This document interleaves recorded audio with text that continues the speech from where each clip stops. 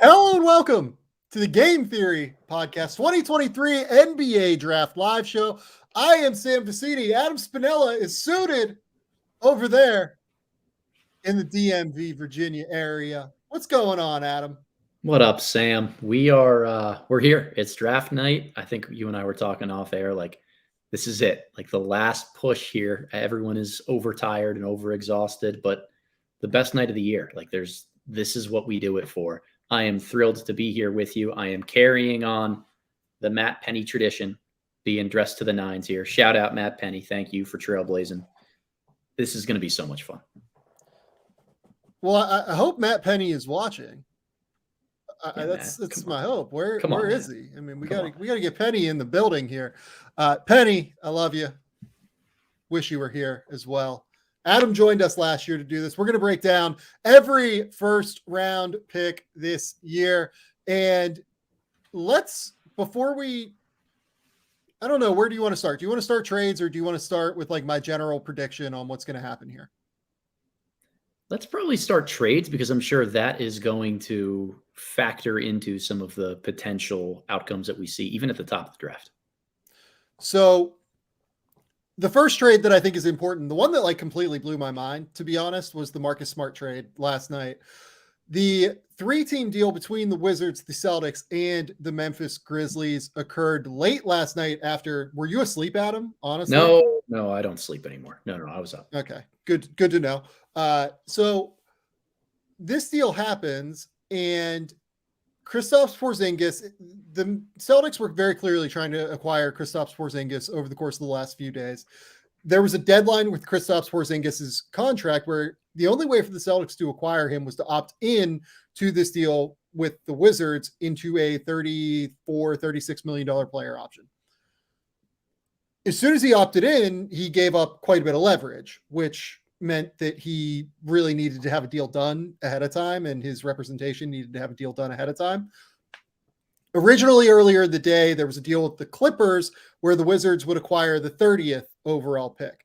Eventually, though, we got to a point where that deal broke down. Brian Windhorst said it was due to Malcolm Brogdon's medicals earlier today, something that Brogdon has over the course of his career struggled with. If you go back pre-draft, it's actually why he fell to the second round during his draft cycle, which I believe was 2015, maybe, if I remember correctly. But what ends up happening is they bring this deal back together, and we end up getting, instead of Malcolm Brogdon, Marcus Smart involved. Marcus Smart goes to the Memphis Grizzlies. The Memphis Grizzlies send 2 first-round picks, including the number 25 overall pick this year, to the Boston Celtics. The Boston Celtics then send 35 to Washington. The Grizzlies also send Tyus Jones to Washington. And we're now into a crazy circumstance where Marcus Smart is no longer going to play for the Boston Celtics, which completely blows my mind on some level. When you saw this trade as our resident Boston fan, what happened in your mind, Adam? Well, it's really about the way that the trade trickled out in different regards, because it was a whirlwind of a day to be a Boston Celtics fan. First, there was the Clippers deal, and you think, okay, we're getting rid of Brogdon, we're bringing back Porzingis. Both have some injury concerns. It'll change the way we play. Like, I was excited about the talent acquisition, but not sure of the fit just yet. And then that deal falls apart, and I kind of exhale a little bit. I'm like, okay, maybe they're just going to go in a different direction. About 30 minutes later, Woj and Shams start tweeting out that talks are going to be resurrected, just including a different team than the Clippers. And seemingly right before the buzzer, the order of things really is important here. The trade is going through. Porzingis is going to Boston.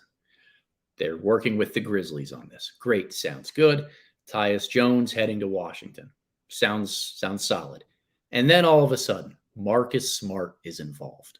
And my heart dropped, because he's so much of the identity of this team on the defensive end, and really the collective glue that holds their starting unit together, that 1-to-1, that seemed like an unfathomable deal to make from a cultural standpoint. Move on from Marcus Smart. bring in Kristaps Porzingis. And then you see a little bit later that Boston's actually getting draft compensation back. So they end up getting the best player talent-wise in the draft and 2 future picks, including one of them, which is this year. Insane value. I understand why Brad Stevens had to do it, but there is a piece of my heart that's going to be missing for Marcus in Boston. I wanted to see him be one of those lifers, those lifer role players that always found a mark in the city. Huge fan of Marcus Smart and what he brought to the table. Salute him for his time there. I think he will be a great fit in Memphis, but I'm excited for this new iteration of the Boston Celtics with another front court shooter, massive size across the board. Porzingis, who has turned into a little bit underrated of a defender. And for the Celtics, a really smart way to continue to build out their roster, having team-controlled, cheaper contracts on these first-round picks. We don't know what the new CBA is going to firmly entail for a lot of these teams that want to compete. But if you plan on being inside the luxury tax, I think it's really smart to have a lot of these future draft assets or cheaper contracts on your cap sheet in order to play the game as best you can. Totally agree. And I think that it's really interesting the Celtics went down that road. I think it's interesting the Celtics still have both Al Horford and Robert Williams on this roster, which means to me that they're probably going to try and play bigger, it seems like, next season. Huge. Unless you can't do that while you're wearing a suit, man. That's the problem you're right. here. You're right. I'm very, very intrigued to see how big they play. Do they play like Jalen and Jason at the 2 and the 3? Do they have like minutes where they play like, Jason just straight up initiating offense? Yeah. A Dereck White, Brown, Tatum, Porzingis, like Horford lineup seems not impossible to me. But the big thing that I've heard about the Celtics throughout this offseason has been the desire to add shooting on some level, right? The desire to add shooting and floor spacing for guys like Jason and Jalen to be able to drive, to have the court opened up. And it's not that Al Horford can't shoot necessarily. Teams guard him out there. He's become a really great shooter. I think they just want 48 minutes of floor spacing from the center position, essentially at this point. And we will see how that goes. For the Wizards, I mean, I like this deal. Frankly, you get Tyus Jones for Kristaps Porzingis. I get that they're both expiring. I think Tyus is awesome. Tyus is one of the top 25 point guards in the NBA. He is outstanding. I'm so excited to see what he looks like as a starter. They go out, they acquire the 35th overall pick. I think that was super smart. It'll give them another opportunity to go out and get a really interesting player. What do you think about this deal for the Washington Wizards as we kind of close in on the draft here? Yeah, I mean, for Washington, this is a reset of their books in a lot of regards, right? And they're just trying to continue to find ways to either generate cap space to take back players that get them picks or take a couple flyers on some younger guys around the league. And I know this is going to be related to a Chris Paul trade conversation that we probably have at some point, but I really like Tyus. I think that he is one of the more underrated guards in the league, capable of being a starter, very, very heady, stout on the defensive end of the floor. I like him as a piece because he can play long-term with that team. He's young enough in a contract year, or you can flip him and really get something back in return at the deadline if you need. I think that is absolutely right. I would be, his contract is not extension eligible because he signed that 2-year contract, which is a bit annoying, I'm sure, for the Washington Wizards at this point. But the Wizards also went out and acquired good old Jordan Poole. They get a 2030 first round pick. We're into the part of the year where 2030 first round picks are eligible to be moved. 2030 first round pick and Chris Paul, who they acquired in the Bradley Beal deal, are going to the Golden State Warriors. Jordan Poole is going to the Memphis Grizzlies. Look, I'm not the biggest fan of Jordan Poole. I think that contract is an overpayment by at least $10 million a year. But Jordan Poole is a high-level scorer who is going to average 27, 26 points per game for them next year. Tyus Jones and Monte Morris are going to get him buckets like pretty easily, I think. They're going to get him open catch-and-shoot threes. depending on who they draft, depending on who they surround him with. Jordan Poole is an interesting flyer for them to take. And given how flexible they are salary-wise now moving forward, they are the kind of team that can bet on Jordan Poole becoming an asset, I think. Yeah, and he needs to go to a place where he can just be given the reins a little bit and score. And I think Golden State, for the style that they wanted to play and the teammates he was surrounded with, I don't want to say held him back in some regard, but the styles never truly meshed once all of the Warriors superstars got healthy. So it's nice for Jordan to get a change of scenery in this. I've got to be careful. I can't bring my wife to have courtside tickets in Washington just down the road now, but that's neither here nor there. Like, this is a good deal for Golden State in some regard to get off of that money. I know we can talk about the type of player and the fit with Chris Paul in a moment, but like you said, a little bit of an overpay for Poole before. This is going to come off their books in the long term, which is of major importance for them because of how high their repeater tax is and has always been. Yep.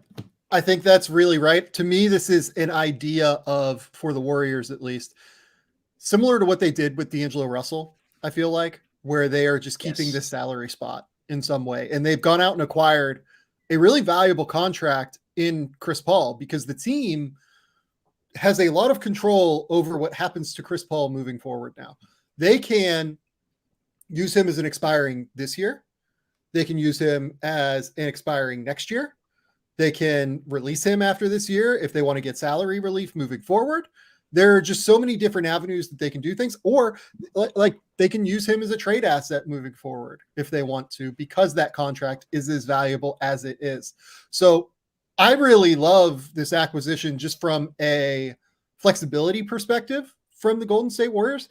I'm a little bit interested in the fit stylistically of Chris Paul with the Warriors, if only because Chris Paul is like a slow it down, domineering ball, on ball point guard, whereas this Warriors team is a ball movement, speed it up, let's get it rolling kind of team. I don't know. Maybe they are going to just try and like move him again at some point. But also Chris Paul's a basketball genius. Can you imagine like 2-man games with him and Draymond Green just running pick and rolls, Draymond short rolling? You have to put 2 on the ball, or you have to play a little bit flatter against Chris Paul because the shot is always there, the threat of the shot at the very least. It's a fascinating duo, potentially, I think, to run second units. Yeah, it'll be – I'm curious to see how it looks when it all comes together, because the Warriors' play style – I know I just talked about this with Jordan Poole – is very much not a Chris Paul play style, but his basketball IQ, his shooting off ball should allow him to blend in ways if he's willing to make those sacrifices and be able to make it work. The one thing on court that I really like about this, and something I've been clamoring for since Klay Thompson came back from his multiple injuries in the years that he missed, is that they need to start playing Klay up the lineup a little bit more, that he's no longer really a 2 guard. He's got to be more of a 3, or maybe even a 3/4. That's what happens when you lose some of your athleticism over time. I think the vision of having Jordan Poole and Steph Curry, Wiggins and Klay and Dre as your kind of closing 5 is a very strong one.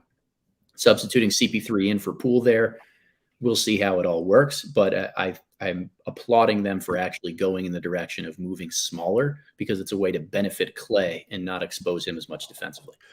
Can you imagine them running all sorts of insane actions with Stephen Curry and Chris Paul? Steph running off ball, running off all sorts of like Kevon Looney screens inside. Klay Thompson doing the same. Like the split actions would just be like outrageous. The whole thing is going to be really interesting. It's just going to require Chris Paul to be willing to heat that thing up and get it moving a little bit, I think.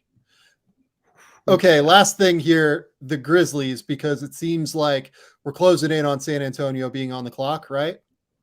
Looks like it. They're panning around showing something here on his 2K version of whatever. It's cool, I guess. Yeah, Adam Spinella is going to be our person in charge of keeping track, because I have to produce things, and I often end up, at least for an hour, because producer Jacob will be here to produce things. As people that are longtime listeners know, I never really watched the draft, actually, since I've been doing this. It's too much like sensory overload for me when I'm like trying to be locked into this. It's just insane. So with the Grizzlies now, they go and acquire Marcus Smart here. I think this is the exact guy that they needed, just to be completely upfront. They need a guy that can play at the point of attack, that can be a multi-positional defender. It's kind of like the idea of, I've always loved Mikal Bridges for them. It's kind of like a knockoff version of that in some ways. He's not as good offensively as Mikal, but he's multi-positional. He is strong. He's physical, and he's a leader. Like, I love the idea of them going out and acquiring like a leader for a lot of these young guys. Marcus Smart is a Grizzlies type of player to a T. On court, off court, all of those different things. He is a very Grizzlies type of player. It fits. I think, particularly knowing that Ja Morant is going to miss a couple games at the start of the season here, seems that is very likely. Having Marcus Smart on the roster to play on ball and then off ball next to him is a really clean fit. Yep. I just think it's a great idea to be able to play a foursome late in a game of Ja Morant, Desmond Bane, Marcus Smart, Jaren Jackson, because that four, there isn't a player type that you can't put next to them that doesn't work. You know what I mean? Yeah. Like, if you want to put Steven Adams next to them because you need somebody to guard Nikola Jokic, you can do that. You want to put Luke Kennard on the court because you feel like you want more offense, you want to get more floor spacing, totally works. Great. You want to put somebody like Dylan Brooks isn't going back, but like you want to put a Dylan Brooks out there because you want more physical wing defense with these guys, you can do that. I really think this is an awesome group of talent that is going to be really intriguing long-term to watch develop. The big key here, though, is that they maintain all of their assets moving forward. They did not trade out any of their own future picks beyond this 2023 draft. So if they wanted to go out and try and get a Mikal Bridges, if he eventually becomes available, if they want to go out and try and get I think maybe Jake Fisher over at Yahoo reported earlier that Franz Wagner is a person they have asked about previously with Orlando. Of course, you're never getting Franz Wagner, but of course, it's silly. Franz Wagner is going to be like an all-star very soon. Yeah. But you then have the ability to trade 4 first-round picks out into the future to be able to acquire that star. I mean, look, like, I don't think they're going to go out and try and acquire Paul George. But if you're telling me that you could convince me Paul George is going to stay healthy and they could get a Ja Morant, Marcus Smart, Desmond Bane, Paul George, Jaren Jackson group, that's pretty damn close to a title favorite to me. I don't know that it's the favorite, but that's pretty damn close. They are now one move away from being a great team, and they have maintained all of the flexibility to be able to make that one move. It's a really good deal for Memphis. They gave up a lot here to get Marcus Smart, but I still think it's a great deal for Memphis. Yeah. So I agree with you. 3:30 left on the clock here for the San Antonio Spurs to get their pick in. I have 3 questions for you. 1, why haven't they sprinted it up there already? What's the delay here? My assumption is it has something to do with ESPN asked them not to in order 100%. To like build the show a little bit. Yeah. Number 2, have you seen Gradey Dick's outfit? I have. I texted one of his agents actually about it and told him, let me pull up the text. It was, oh my God, Gradey's suit. It's the worst, and yet I love it. I love it. I absolutely love it. And the agent texted back and said, "It is so Gradey," which it is. Yeah, it rules. It is a leaky faucet. It is crazy. It's a leaky faucet. The red bottoms. It is. It's something. Gradey Dick, unbelievable. Gradey Dick, big time horror movie fan from everything I've been told. How about so? That? Yeah, shout out Gradey Dick. Some point, Gradey Dick Game Theory podcast, horror movie podcast show. Love it. We'll have to consider such an outcome. Yeah. Last question I have for you, Sam. Last question. Why didn't you and I get invites to the green room? It seems like everybody else involved in the draft did. because we got to do this. That's true. why. That's like, true. I can't. So I have never. This is great. I am a draft analyst who, like, is of some renown at this point. I don't know if I'm of much renown, but some. Yes. I don't watch the draft. I genuinely, Adam, I've not watched the draft for 3 or 4 years now. Wow. And I've never been to the draft. I just like, I don't think I can do work there in that environment. There's just no point to me to going. There's a reason they used to do these things like just over the phone, right? Yeah, I'm with you. Yeah. All right. It's a fun time. The pick is reportedly in, but we do not have Adam Silver at the podium yet. I will alert you when he arrives. I'm sorry for those of you who are on a little bit of a delay that there might be a few seconds spoiler here. We're doing the best that we can, but it is better than those mobile notifications that hopefully people turned off from Woj and Shams. I know Woj said he's not doing the tweets this year. I don't know if Shams is or if he is not. I turned the mobile notifications off. I'm not checking my phone for that. So we will see. Yeah, I don't know if Shams is either. I've been talking to Shams throughout the day just on stuff for the second overall pick, and honestly, I didn't ask him. So yeah, I'm not sure if he's going to do that or not. Let's see here. I'm getting set up with a banner for us to go, and then I have to create another banner here. That's not the right one. Need to get rid of that. Okay. We're all ready. I think we're good. Whenever this pick gets in, it is a wild ride here. Let's assume this is Victor Wembanyama and just talk about this. We can do that. That's fine. I think that's right. We haven't talked about this basically since the lottery, just because, it's been a done deal for a while.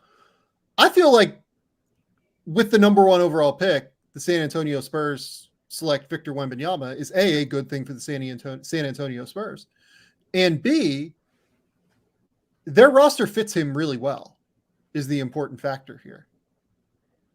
Yeah. They have guys on the wing like Devin Vassell and Keldon Johnson who complement one another. Keldon's able to drive and be like that wrecking ball, bowling ball. Devin's able to be like a perimeter shot maker.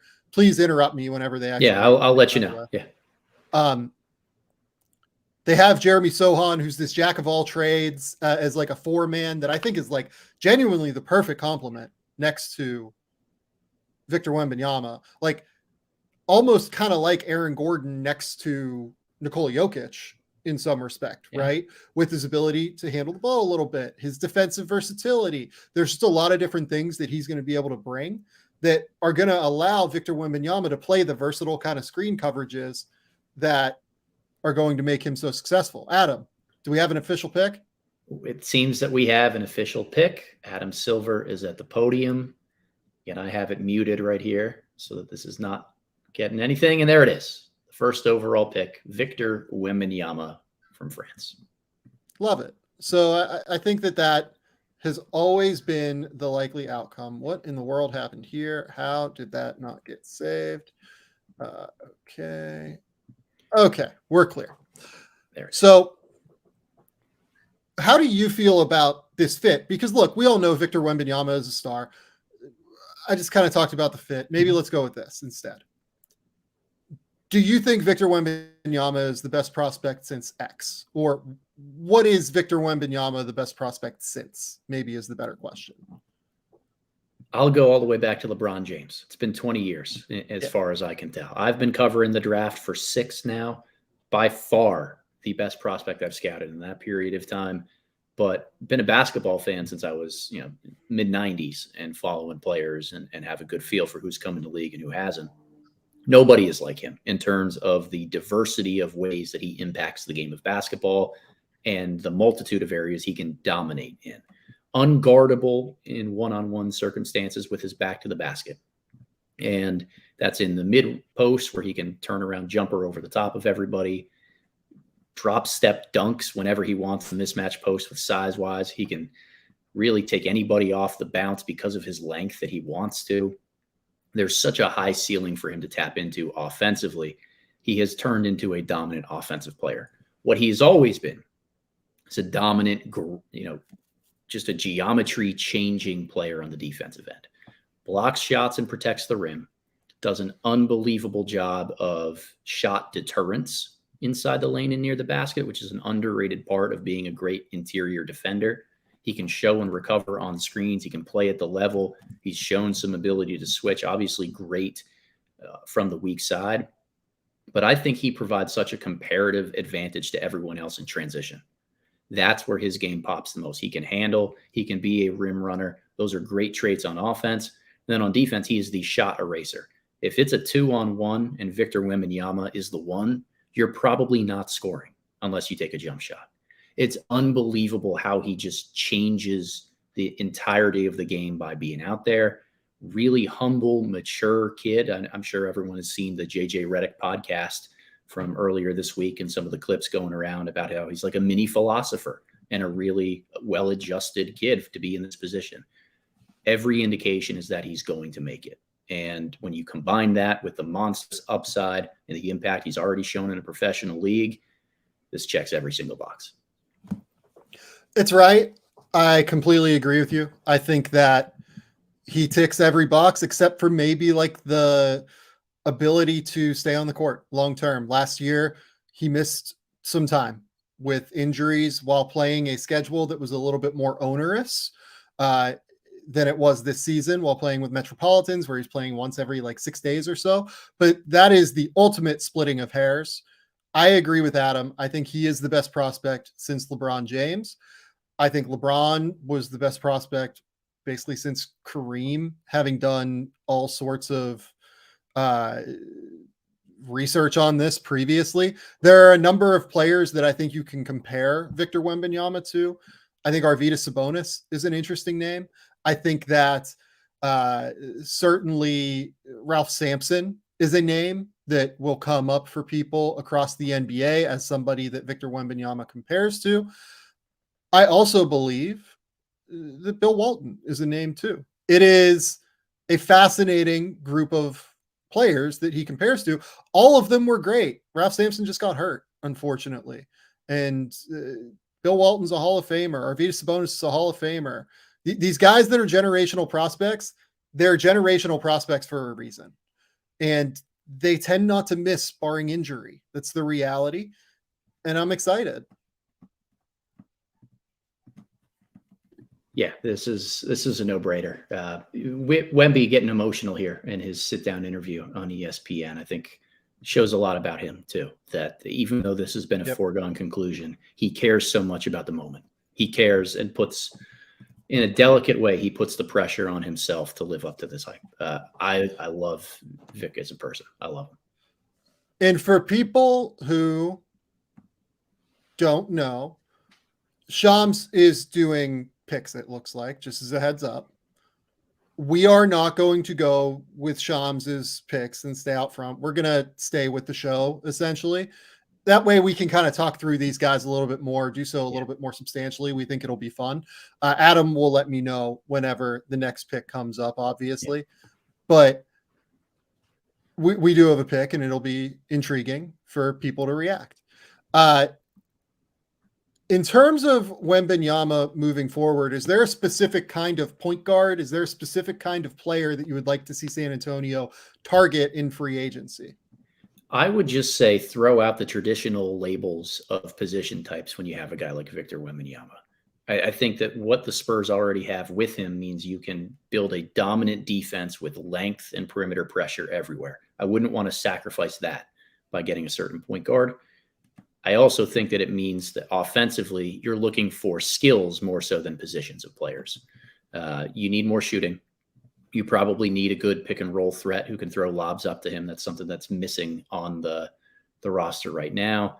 And maybe a guy who's a really good mid-range pull-up shooter if the roll gravity that Victor Wembanyama brings is something teams try to take away a little bit more. You need to be able to punish teams who overreact to him as a roller. So those are some things I would look for. Like Austin Reeves as a name has been a fit we've talked about for a while. It makes sense to me. That's the one. If I was San Antonio, I would be chasing Austin Reeves.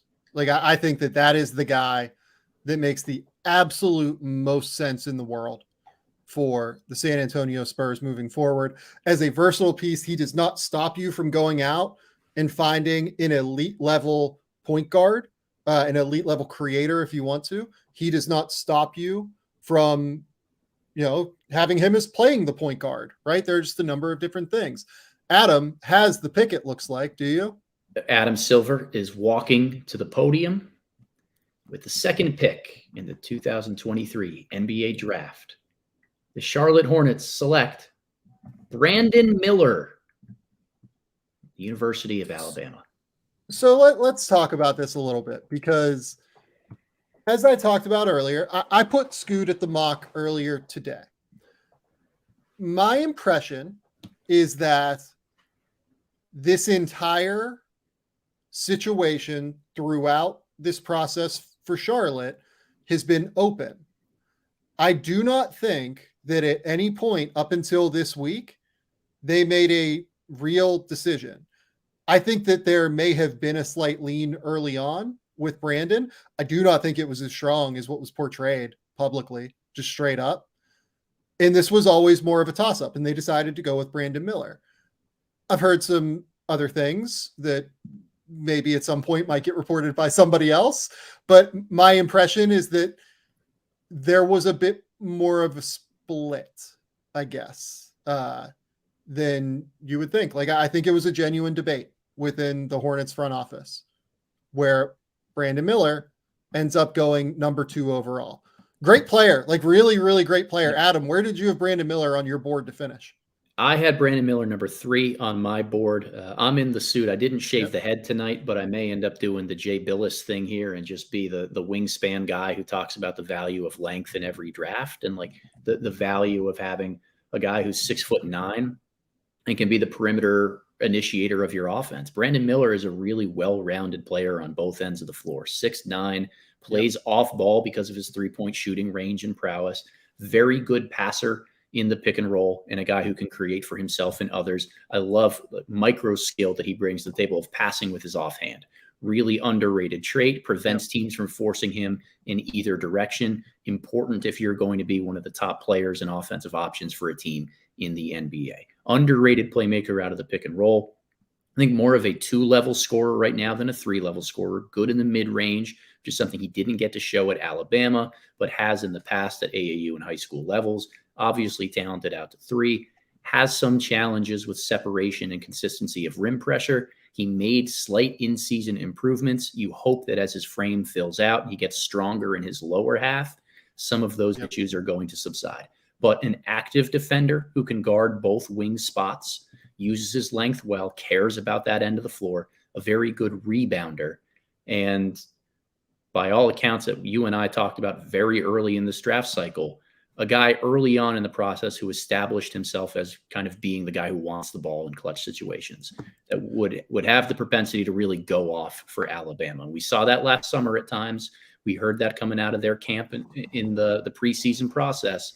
He had some really, really strong games for them this season where he could go into takeover mode. So here is where I will maybe I'll just be the bad guy on this. The questions about Brandon Miller are the driving, the footwork sequences, and the shooting, right? Can he consistently knock down shots in a way that is commensurate with, can he consistently drive and knock down shots at the rim in a way that is commensurate with someone like this as a big wing mismatch creator? You look through history in terms of these guys, he has the worst percentage at the rim of all of them. He shot 39.5% or so in half-court settings at the basket this season. Even Jaylen Brown, playing in that disaster offensive scheme at Cal next to like Ivan Rabb and Kingsley Okoro and those guys, shot right around 45% or so. And on that point, Sam, Alabama, the best spaced offense in the country. Modern pro scheme, like really space you out, 5 out. There aren't those built-in excuses that a guy like Jaylen would have had. Yep. I think that's absolutely right. I guess you could bring up that like Bediako was around the rim a pretty decent amount, but nonetheless, I think that it's still a wide open offense that is well spaced in Alabama. So that's the main concern. He's a solid defender. I wouldn't call him a plus defender by any stretch of the imagination. Like, to me, he brings up Paul George as the guy he compares himself to. Paul George is a drastically better defender and like a drastically better athlete than he is. To me, he's more Chris Middleton-y in terms of what his upside is long term. And that's great. Chris Middleton, is a guy that was the number two player on a title team and is a 4 or 5 time All-Star. And with the Charlotte Hornets, I think Chris Middleton would make a lot of sense, frankly. And with the Charlotte Hornets, Brandon Miller is going to make a lot of sense as their, number 2 option next to LaMelo Ball. I would have taken Scoot Henderson because I'm not 100% convinced that LaMelo Ball is the guy, frankly. I think that you need to take the guy that you think is the best player in terms of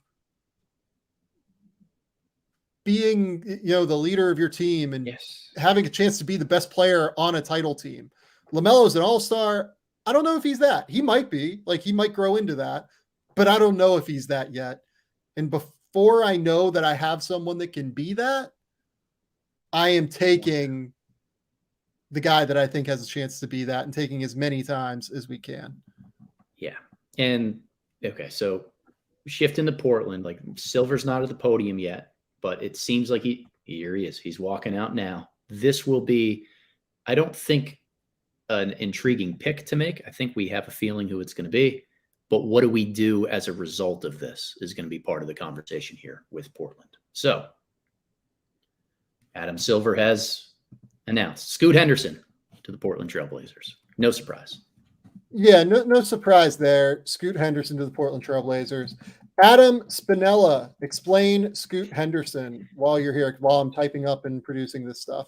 Scoot Henderson is just an unbelievable driving force of a team, particularly on the offensive end of the floor. 6'2"-ish, maybe a little bit taller, with about a 6'8", 6'9" wingspan, massive hands, but a really intense driver. Loves to push tempo in transition. Unbelievable athlete in terms of how fast he can go. He weaves in and out of traffic. He's got that nitrous boost mode that he can tap into in the open floor. And he's really bendy with his last step. I call that last step quickness, the ability to avoid contact, accelerate, decelerate as he needs, just get cleaner looks at the rim.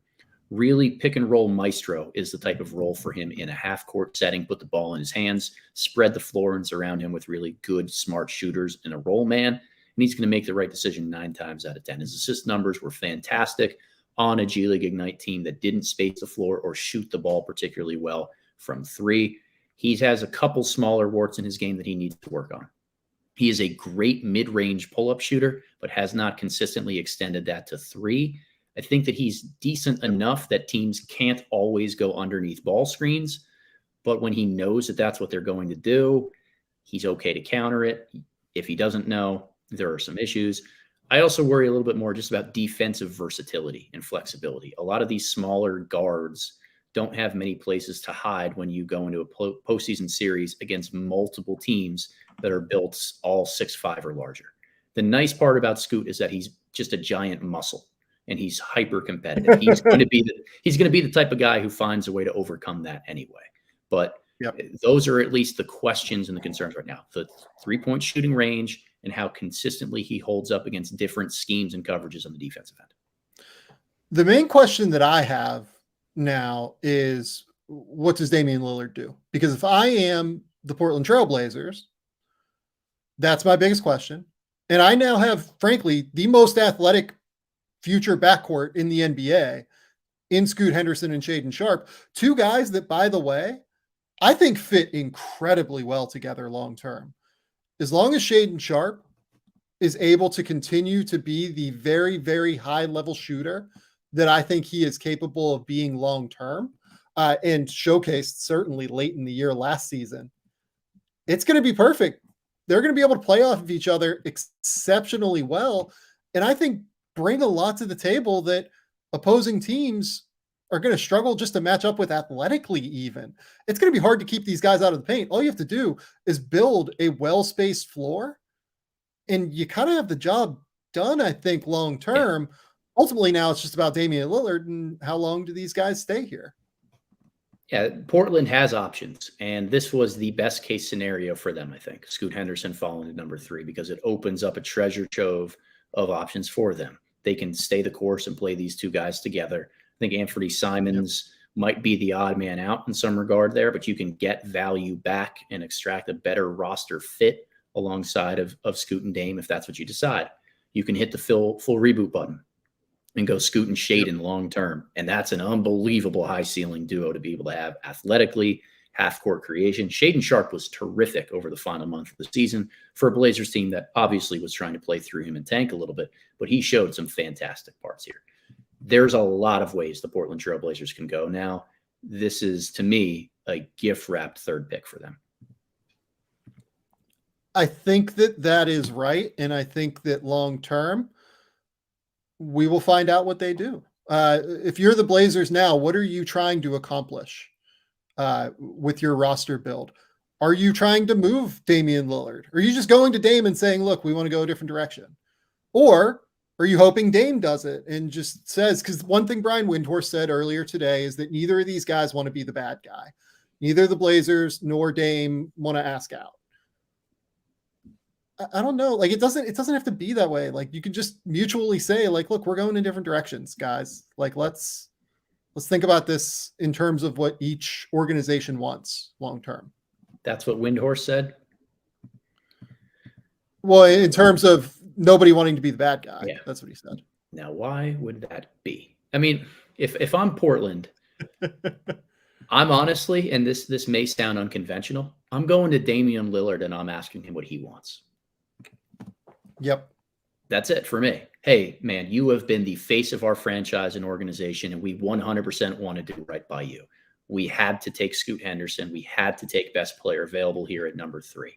We have these young guys. We don't want to trade Shaden. We don't want to trade Scoot. But outside of that, do you want to win here? And do you want to be part of a way that we can reconstruct that? Or would you wish to move on? And we will do right by you, whatever you want. If I were in charge of the Blazers, it's exactly what I would do. That's what I would do too. He's earned it. I don't know if, I think that he has earned it. And I think that if you're them, I kind of hope he asks out a little bit. Like, I think it's time to go in a different direction. They can't, just given his age, I think they can't build the contender really around him in the time frame that they have. I wrote this earlier this week. I think Damian Lillard, I've really gone back and looked at it now. Damian Lillard is somewhere between the 10th and 15th best point guard of all time.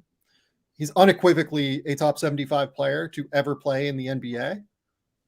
This isn't a shot at Dame saying that like the Blazers can't build a team around him that will contend for a title. It's probably just time, unfortunately. He's coming off of maybe his best season ever. If you look at the offensive numbers, Damian Lillard is unbelievable. Maybe we'll talk about that later this week in terms of what the Blazers could get for Damian Lillard. But there's a lot that I think will be very interesting to play out there. Adam, it sounds like we have a pick. Well, I don't know if we have a pick. I haven't seen Silver come in yet, but ESPN is doing this thing where they're, even before the pick is announced at the podium, they're zooming in on a guy who's on the phone in the green room, and that guy is smiling. And they've done it each of the last 3 picks. They're tipping their hand a little bit in some regard. Not sure how I feel about that from a production standpoint. We still got JJ Redick chatting up the world here and talking about a couple of things. No Kendrick Perkins talking about, Moody Moses or stuff like that. But here we go. Here we go. We got one. The commissioner is on his way to Le Podium. What do we got? With the 4th pick in the 2023 NBA draft, the Houston Rockets select Amen Thompson, the Overtime Elite program. So later, what was that? The mock draft I did, I think in early June, I ended up with Cam Whitmore at 4. After his pro day, I'd kind of heard the Rockets had some interest, and we'll talk about Cam later in this process here. But the whole time, the guy that has been most connected with them is Amen Thompson. This is a front office that prefers to go for the biggest swings possible. And undeniably, Amen Thompson is the biggest swing possible. Yeah. Amen Thompson is the best athlete in this draft class. He's 6'7". I don't know. Would you call him the best passer in this draft class? I functionally think Scoot is a little bit better of a decision maker, but Sure. Thompson's ability to pass is probably at its peak going to be the highest in this draft class. Yeah. So like the word that Kyle Mann uses with this is passing vocabulary. I think that his passing vocabulary is better than anybody else's, just in terms of the sheer passes that he can make across the board. Like he can throw cross corners. He can get crazy angles because of his length. He can separate because of his first step athleticism. He has that crazy jump stop. He's strong enough to be able to put guys on his hip and keep them in jail. Like Amen Thompson is unbelievable. He's an incredible, incredible athlete. The upside is unbelievable. I love this pick for Houston. Houston now gets to pair him with Jalen Green, Jabari Smith, Alperen Şengün. Some of the two-man game stuff you're going to be able to do with him and Şengün, even though neither of them can shoot, I think is going to be really special because of their passing ability, especially if they surround them with three shooters, and they're 2/3 of the way there with Jalen Green and Jabari Smith, long-term at least. The most athletic backcourt in the NBA, man. Yeah. Oh my God. They're going to be so much fun. And man, this is a great night for Jabari Smith. It's a great night for Jabari Smith because last year we saw the challenges of playing for a coach that didn't run stuff for him and a couple of guards who didn't know how to organically find him. And he is a elite shooter who is reliant on other guys to create for him. Ime Udoka will be smart about where he positions Smith, but Amen Thompson is the piece here. This is the guy who can create and involve for you. I'm thinking about late clock situations, Jabari setting a ghost pick and pop in the middle of the floor for Amen Thompson. Holy crap, guys. And then Jalen Green maybe going off of a corner exit screen off Alperen Şengün, which is another decent option to take away spacing. And now you've got Şengün on that almost slip or short roll from the short corner area. My goodness. Like, there are going to be a really difficult team to guard in late clock situations because of his burst, because of his passing ability. He's got some things he needs to reel in, and we haven't talked about the jumper too much. He needs to become a better jump shooter. He needs to. That's how he unlocks all of the reads out of the pick and roll, is forcing teams to guard him outside of 12 feet. This year was actively harmful at times in the Overtime Elite program. He would catch the ball on the perimeter, and the man guarding him would back up inside of 12 feet. Just completely back up. He needs to find a way to at least prevent that from happening. And if he does, he's got enough already on the offensive end. He's going to be a special player. I had him flip-flopping between 3 and 4 on my board with Brandon Miller for a long period of time. I settled on the safety of the shooting with Brandon Miller for scalability to an off-ball role, but he's probably got the second or third highest ceiling in this draft class. Yeah, I agree. And by the way, the idea of Portland having the most athletic young backcourt in the NBA was short-lived because now you pair Amen Thompson with Jalen Green. It's just going to be so hard to stay in front of those guys. It's going to be incredibly, incredibly difficult to stay in front. I just don't know how you do it at the end of the day. Jalen got a lot better this season at drawing fouls as well. Honestly, if I was Houston, I love Alperen Şengün. I think you play this out for another year. You see what it looks like. I think that you try and get Alperen Şengün to be able to shoot threes more than you care about Amen Thompson being able to shoot threes. Yeah. Because if Şengün can step out and knock down threes at a really high level, and you surround those guys with three spacers, it's going to be impossible to keep Jalen Green and Amen Thompson out of the paint. The thing that Amen Thompson needs more than anything is just the mid-range jumper. Yeah. Like that, he needs a mid-range jumper. He needs a floater. He needs something like that where teams can't just go like 6 feet under every screen and hope that he's not going to be able to get into the paint and just like lock up the paint. Right. So I'm intrigued with I'm very, very I love intrigued it. with the Amen Thompson pick. I think it's a good pick. I think it makes a lot of sense.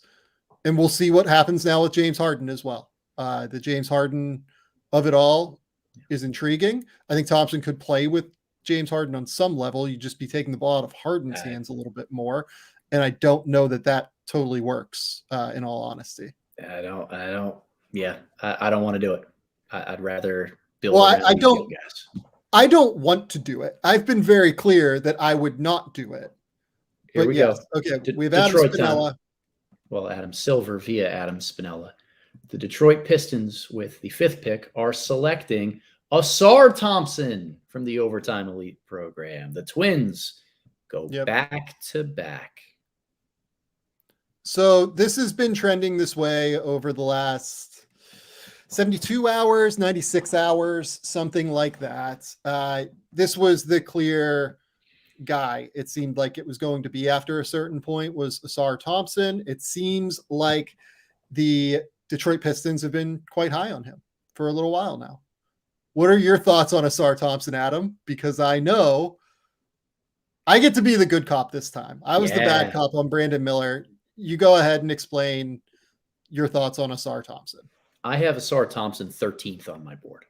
That's where I settled with him on the final ranking. And a lot of that has to do with figuring out what the actualized role for him is in the half court.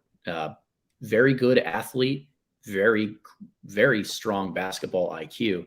I don't think he generates a lot of rim pressure with the ball in his hands for a guy who's as good of an athlete as he is. Picks up his dribble really early, and there are positives with that, to be a proactive playmaker for others, but he's not a strong threat to score inside the three-point line. He has made strides as a jump shooter, but I don't know if I feel comfortable enough with those to really trust him to be more of an off-ball guy than an on-ball guy.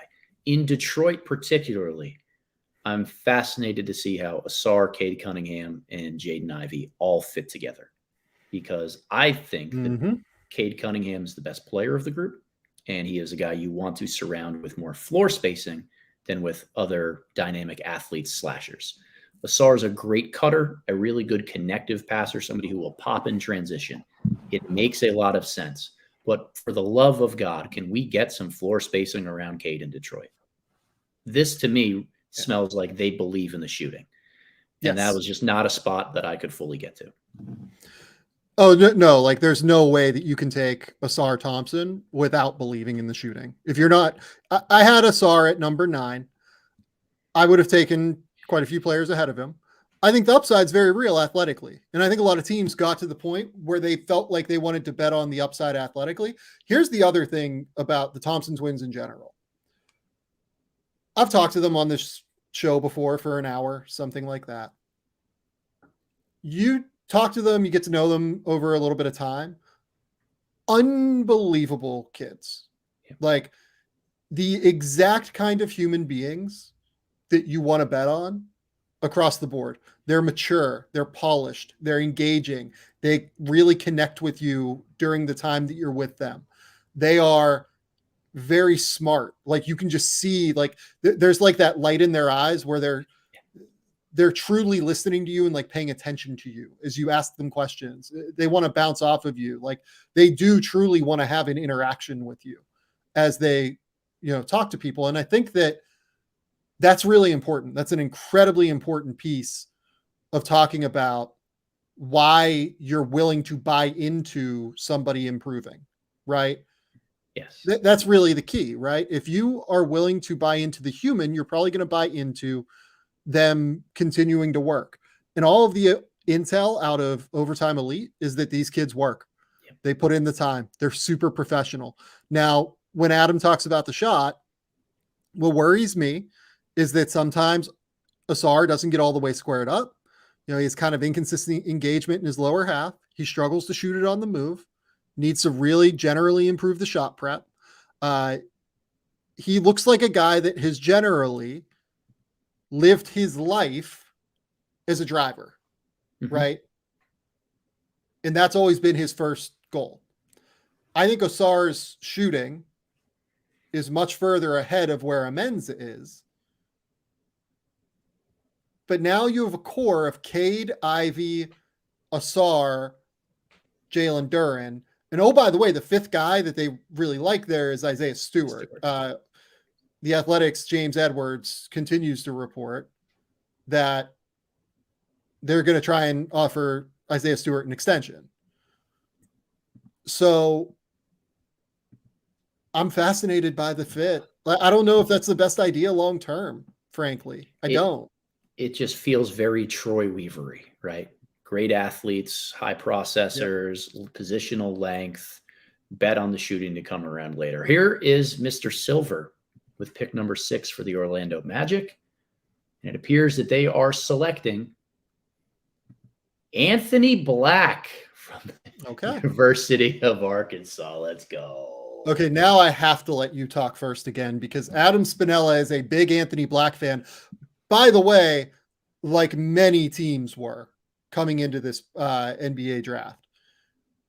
I believe quite strongly that not only did Orlando really want him, but I think Washington and Utah also quite wanted him. So for them to miss out is going to be probably a bit disappointing to them. I'm going to be fascinated now to see what Indiana does on the clock. There could be some synergy, in my opinion. Maybe not. I don't know. There could be some synergy for a trade down, I think, on some level at this point. But we will see.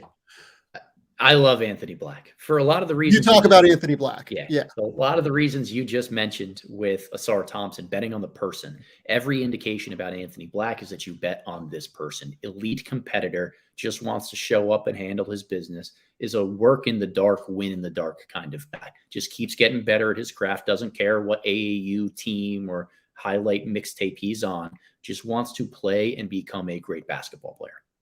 I love that about him, but he checks the boxes for the modern NBA that we have learned are related to success. He's positionally large, 6'7", long wingspan, and he can move his feet laterally in a way that allows him to defend in space against smaller guys. He's got elite basketball IQ. It shows up on both ends. He's a fantastic pick and roll playmaker who operated in a system that gave him no space at Arkansas this year. Power driver when he gets downhill to his right hand, but a tremendous decision maker with great touch on the interior.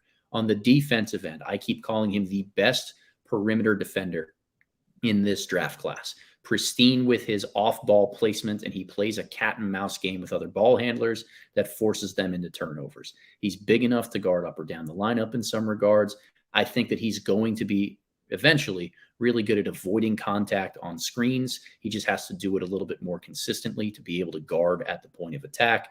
But this is a culture driver type of player. He's probably not going to be your leading scorer, but he is a culture driver in all of the professional things that he stands for, the way he attacks and sees the game and makes those around him better on both ends of the floor. I love this fit in Orlando because I think the best version of him works so well as a connective passer and playmaker next to a guy like Paolo Banchero and Franz Wagner. They are a team that will need shooting long-term because that is the knock on Anthony Black right now. But to me, the mechanics, the touch, the work ethic that he has, I'm willing to buy that as a shooter, both in terms of his pull-up and his catch and shoot, a little more than I am with either of the Thompson twins, which is where I had the gap between a guy like Anthony Black and Ausar. The thing that's most impressive to me about Anthony Black is the feel, right? He's great in transition. Like he's one of those guys that's like constantly trying to pressure the defense, right? That's it. Like his goal is he's trying to put pressure on you from the moment he gets the ball, either in an outlet situation or off of a rebound. He's trying to get downhill. He's trying to get moving. More importantly, though, the thing that is impressive is he's one of those guys that just like anticipates where he's going to put the ball before he gets it, right? He is multiple seconds ahead. It is Josh Giddey-like in that way. Giddey is probably like a step ahead of him, but this is one of the few guys. I think Josh Giddey is going to be a prospect that we hear a lot of comparisons to over the course of the next few years, just because he is like anomalous, and a lot of players that are anomalous, other players try to compare themselves to, right? It's not going to always be a situation where you can compare a player to Josh Giddey. All right. but I think Anthony Black is. Continue. It's Indiana time. Okay. At the podium, Adam Silver is announcing the pick number 7 to the Indiana Pacers. Bilal Coulibaly. Wow. No. Bilal Okay. Coulibaly. This smells tradey to me. This smells tradey to me as well. I wonder if this is to Utah. Just genuinely, I wonder if this wanting is to leapfrog Washington maybe and make sure, because that seems like a Washington guy. Maybe it's Washington moving up a spot and not letting Utah do that. Could be Washington moving up a spot and not letting Utah do that. And that's possible. And that's possible because both Jarace and Hendricks are here, where Indiana might feel comfortable leveraging this for more assets and moving down to either 8 or 9. Okay, I'm with you. It's one of those two. I wonder if it could be that. Honestly, like maybe Indiana just like trick the hell out of us. I don't like the whole way. Because Indiana, the only names I've heard are 4s, and I am this is an interesting one for sure. Yeah, you may have to keep your eyes peeled on the trade possibilities here, because I have this on mute and I don't know if or how they're going to scroll that across the screen. But Coulibaly. Let's talk Coulibaly. Okay. So yes. Okay. So what's happening here is exactly what we said. According to Shams 9 seconds ago, Indiana is selecting Jarace Walker at number 8 via the Wizards in a 7-for-8 flop. Washington is sending 2 second-round picks to the Pacers to move up for Bilal Coulibaly. This makes sense to me. I would imagine they were trying to beat Utah up the board here. Or beat maybe Oklahoma City up the board here. Yeah. But Coulibaly is the guy that I wrote about in the mock as the guy that I thought was most likely to be traded up for in this class and to crash that top group in the top 10. You are not as high on Coulibaly as I am. No. So maybe I will talk a bit about Bilal, because I think he is an incredibly intriguing, informed bet for a team to make. He is a 6'7" to 6'8" wing with 7'2" wingspan. He is more than anything right now great on defense. He is incredibly effective at using his length in his on-ball prowess. He is just a monster. Mikal Bridges-like in the French league at being able to get his length into those like ball handlers space, right? It makes it very, very tricky, I think, for opposing ball handlers to try and be able to separate from him.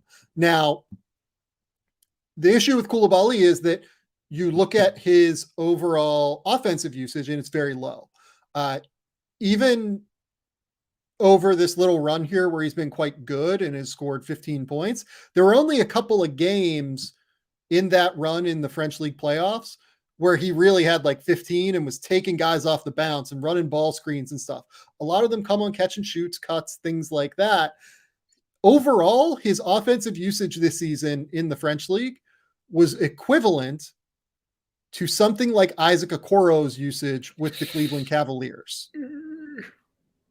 Having said that, if you watch him at lower levels, what you will see is a player who lives in the paint because nobody in the Espoirs League in France can stay in front of him.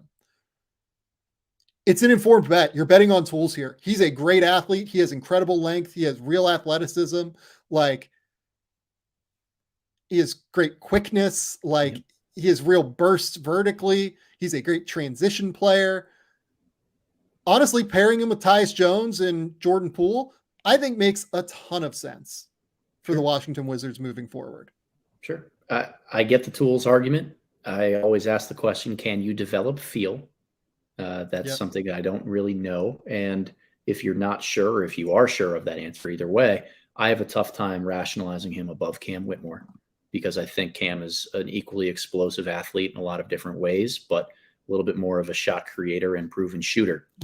Coulibaly is not. By the way, I just want to call out real quick. This board has gone in a direction where I think something absolutely bonkers could happen with Utah here at 9. And I just want people to be prepared for that. Okay. if that happens. Okay. There was one road where this thing could happen, like one set of outs, basically, where this thing could happen, and I'm very curious now to see if it does. Oh God, you're gonna have me sweating it out until then. Yeah, like Coulibaly, I am a risk averse person, Sam. Like I don't go on Ferris wheels or roller coasters. That's just in my nature to be more risk averse. The really late season rise of a small sample of games, it's not enough to swing me. I needed more. I needed to be proven a little bit more. We didn't get that from Coulibaly. I don't love the feel with the ball in his hands. I'm a little bit worried. Adam Silver is back to the podium here with the 8th pick, which we know is now going to Indiana. I've said who this is. Yeah, it is Jarace Walker. It's Jarace Walker. It's Jarace Walker. So Jarace Walker is a perfect fit, I think, in Indiana. Yep. This is where I really wanted him to end up because you put him next to a spacing center in Miles Turner, who is an awesome drop coverage big. And what Jarace Walker is fucking unbelievable at is playing as the help man in the corner, playing in a wide variety of scramble situations, and being able to fly around defensively and be incredibly long and active, right? This is an awesome, awesome fit for him. I also love the idea of him being able to act in ball screens with Tyrese Halliburton, play in short rolls when teams put 2 on the ball against Tyrese Halliburton, and make high-level passing decisions. This is like, I'm not saying he's going to be Draymond Green. That is the role that I think Indiana will utilize him in. Using his passing ability to take advantage of 4-on-3 situations, using his overall IQ to be able to try to beat defenses, using his length and athleticism to hopefully get to the basket and his ability to handle the ball. I love this pick. This is an A. Like they could not have handled this better, I think. And a home run for Jarace as well, to be able to join an up-and-coming franchise and organization where he has a clear pathway and roll forward that's kind of built around him. So I think this makes a lot of sense as a front court partner with Miles Turner. You talked about Jarace and the great things that he brings on both ends, particularly on defense as a help protector at the rim. I think that what Indiana would love is to find a way for opposing teams to stop putting their 4-man on Miles Turner. That you need a big guy who plays the 4, who can space teams out on the perimeter, make plays in different areas, but prevents teams from cross-matching in the front court. Jarace does need to be able to shoot it in order for that to be actualized. I have heard good things about the shot and its progression. I think he was fine this year at Houston. Wasn't great by any means, but an underrated player in terms of the diversity of his offensive game. We didn't see that on full display at Houston. He showed it at lower levels. He's a talented playmaker with the ball in his hands. And if he can find a way to tap into using his physical strength to bully guys over instead of taking 1.5 million floaters and runners in the mid-range area, he's going to be a really potent role player. Okay. The good news is that it seems like Utah did not do something crazy. This makes me happy. I have seen the pick. Utah fans can relax a little bit, which is good. Okay. I had some concerns. I'll explain after 16, maybe is a fair way to put it. Okay. With Jarace moving forward within that offense, you now have Ben Mathurin, you now have Jarace Walker, you now have Tyrese Halliburton is your core. I think this is a really fun question here from Albert Singleton. Prospect Wars, immediately off the top of your head, Scotty Barnes versus Jarace Walker versus Jeremy Sohan. In each of the last 3 drafts, top 10 picks, guys that you're hoping to get similar things out of. How do you rank these 3? Scotty 1, Jarace 2, Sohan 3. I would go Scotty 1, Sohan 2, Jarace 3. And the only reason I would take Sohan is I think he's a little bit more fluid athletically than what Jarace is. I think Jarace probably has better feel for the game as a passer, and I think he has a little bit more upside as a shooter. Maybe it is Jarace. I think Sohan actually has more routes to score effectively, though, weirdly. Like, I think Sohan can play in ball screens as a ball handler better, whereas Walker is like more of a roller as a big kind of. Yeah. That's a weird one. That's a good question. Yeah. It's a phenomenal question. It's Did you like good. Sohan last year? I think I had him like somewhere in the 11 to 13 range. Okay. Yeah, I had him at 6 or 7 last year. So I was very high, and everything I saw this year is something that I thought we would see and something that I like. Okay. Has Silver gone up to take this pick yet? No, we're actually on, I don't want to call it a commercial. I don't think it's a commercial, but it's something. It's something. They're TVing right now. I don't watch a lot of TV. I can't tell you what commercials are these days. They are TVing right now is how you just referred to that. I love it. Okay. Does anybody have some questions? Maybe we'll talk about that as we go. Barry Johnson asks, is Sohan a more versatile defender than Walker? I think he's a more versatile on-ball defender. I think Walker is a more versatile off-ball defender. Yeah, and I prefer Walker scaling up to guard 5s as opposed to Sohan. I agree with that as well. Different defenders. Walker probably is a little bit more upside defensively, I would say. Luke B, 2 seconds for moving down 1 spot. Thoughts on that? I think Indiana was taking Jarace Walker at 7, so to get to first is great. And for Utah, Washington to move up 1 spot to give up 2 of the billion second-round picks they've acquired in the last 24 hours. Yeah. Sure, sounds right. Yep, yeah. I don't really have a problem with it. Smart leveraging by Indiana, and when you're starting to rebuild like Washington and you know that's your guy, go get your guy. Yep. Rodrigo Silos. What is Bilal's ceiling? Oh, what is Bilal's ceiling? It's probably pretty close to what Mikal Bridges is right now. The floor is lower by a substantial amount, but it is probably somewhat close to what Mikal's ceiling is. Yeah, I think it's probably he reminds me of a Scotty Barnes-ish type of player a lot. Not as high feel, but he reminds me a little bit of a Scotty Barnes-ish type of player. Yeah. AJ Wall asks, Kobe falls to 16. I'm assuming that's Kobe Bufkin. I'd be pretty staggered if that happened, to be honest. I do not see that happening. Let's see here. Yeah, I don't know what Dallas is going to do at 10, to be honest. Has this pick happened yet, Adam? Because we're trying to stay with the TV. No, broadcast. There's some Claritin something commercial. I don't know. Yeah, I know who this is, and I can explain something on Dallas here momentarily. Let's see here. Quick recap. Oaks Marley, good call. So at number 1, Victor Wembanyama. Number 2, Brandon Miller, going to the Charlotte Hornets. Number 3, Scoot Henderson, going to the Portland Trailblazers. Number 4, Amen Thompson's going to the Houston Rockets. Number 5, Ausar Thompson's going to the Detroit Pistons.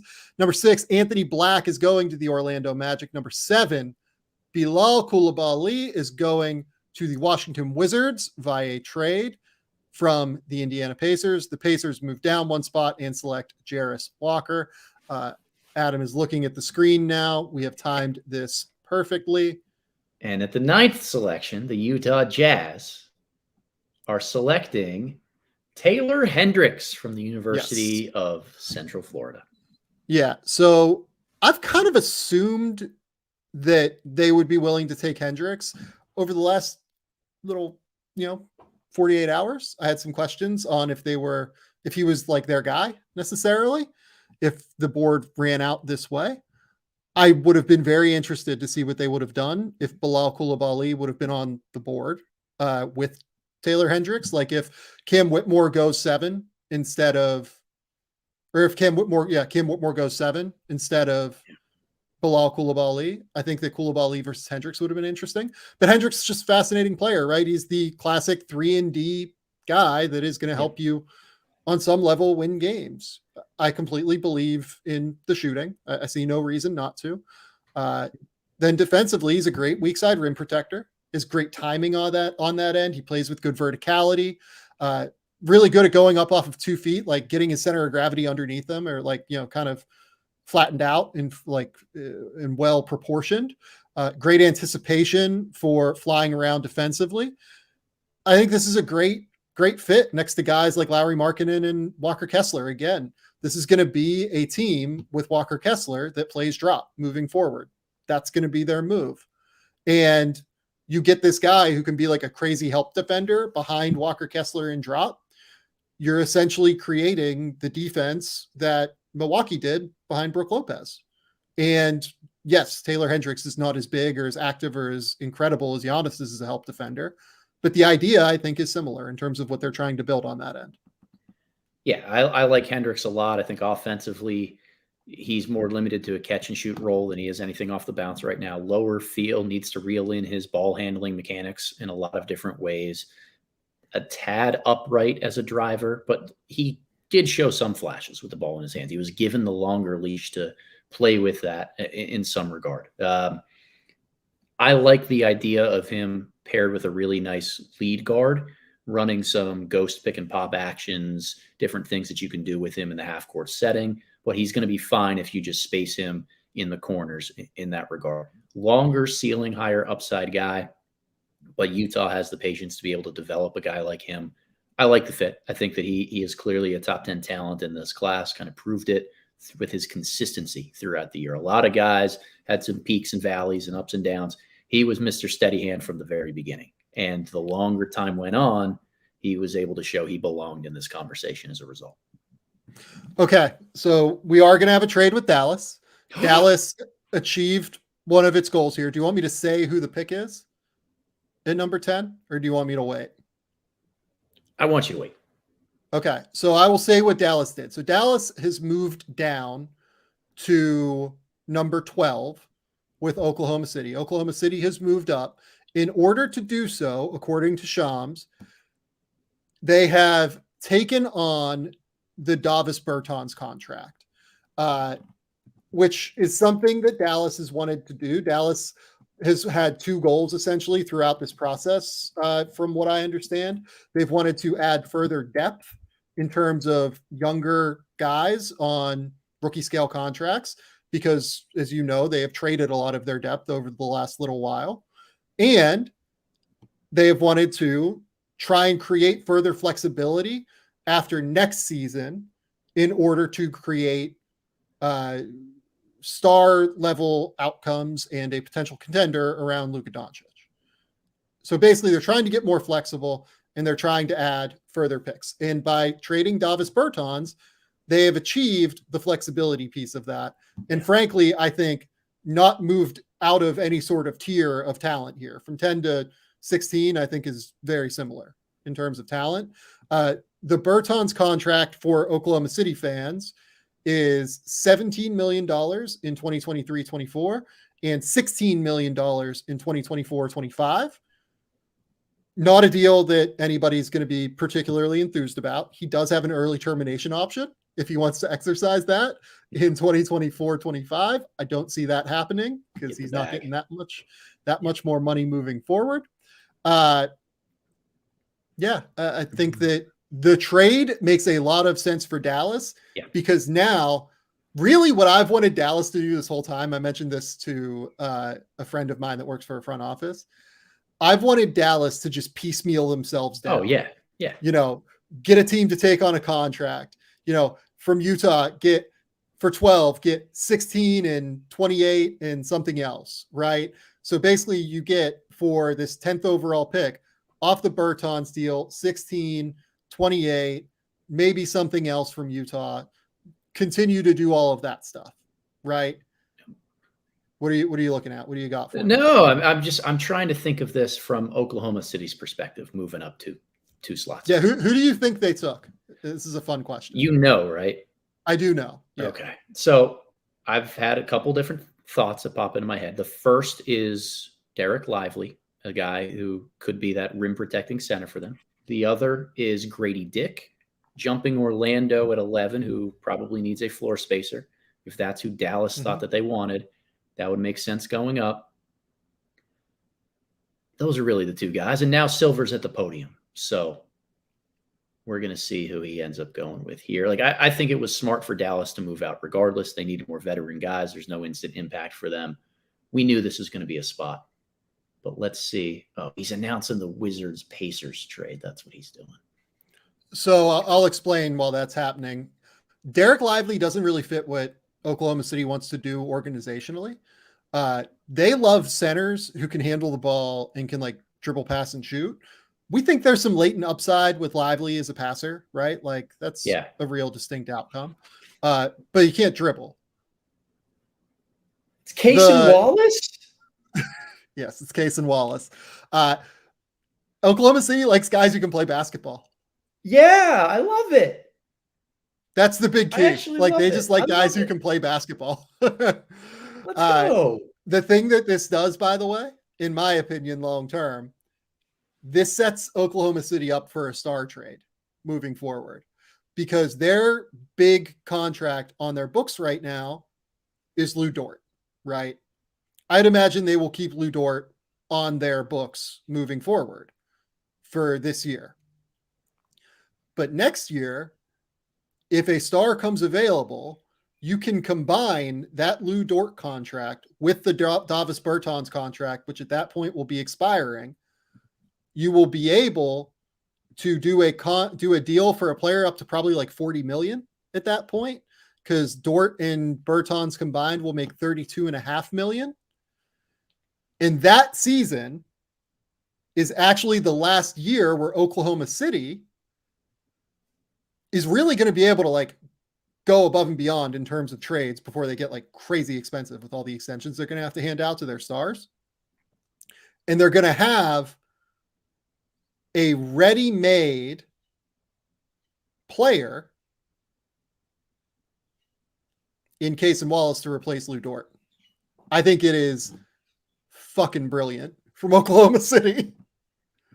I just love Cason Wallace. I had a top 10 grade on him. I know he's a little bit smaller, and smaller guards don't tend to make it as far in the NBA.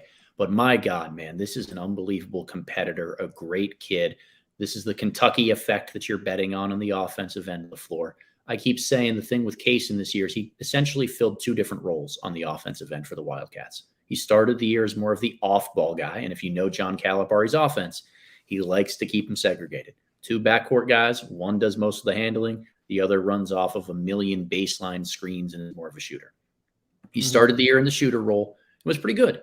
40% from three at that point in time, suffered a couple injuries and wasn't really the same athletically. I think it really tinkered with the base of his shot moving forward. But he transitioned to that on-ball role when Severe Wheeler got hurt and Kentucky realized that a Severe Wheeler, Oscar Tshiebwe two-man tandem in the middle of the floor provides you none spacing. And Cason performed admirably, kind of orchestrating the offense. He's got a little bit more juice with the ball in his hands than he gets credit for. Nice runner and floater in the mid-range area. Still a little square or boxy of an athlete, particularly in terms of creating his own shot. But he's got more than he gets credit for. Defensively, I keep describing him as a Patrick Beverley type of player. He's got that grit and tenacity to guard up the lineup if you need him to, even though he is a little bit undersized. And just an unbelievable competitor and team guy. He's more quiet and reserved in the way that he goes about it than a Patrick Beverley. But he knifes in from the weak side and has unbelievable reads, makes winning basketball plays as a help defender. I really like Cason Wallace as a basketball player. It's going to take me a little more time to think about the fit in Oklahoma City. But when you're a franchise like they are, who have so many good young players, just keep adding good young players. Like that's a positive move from them. Cason Wallace is a really good young player. I got no problem with this.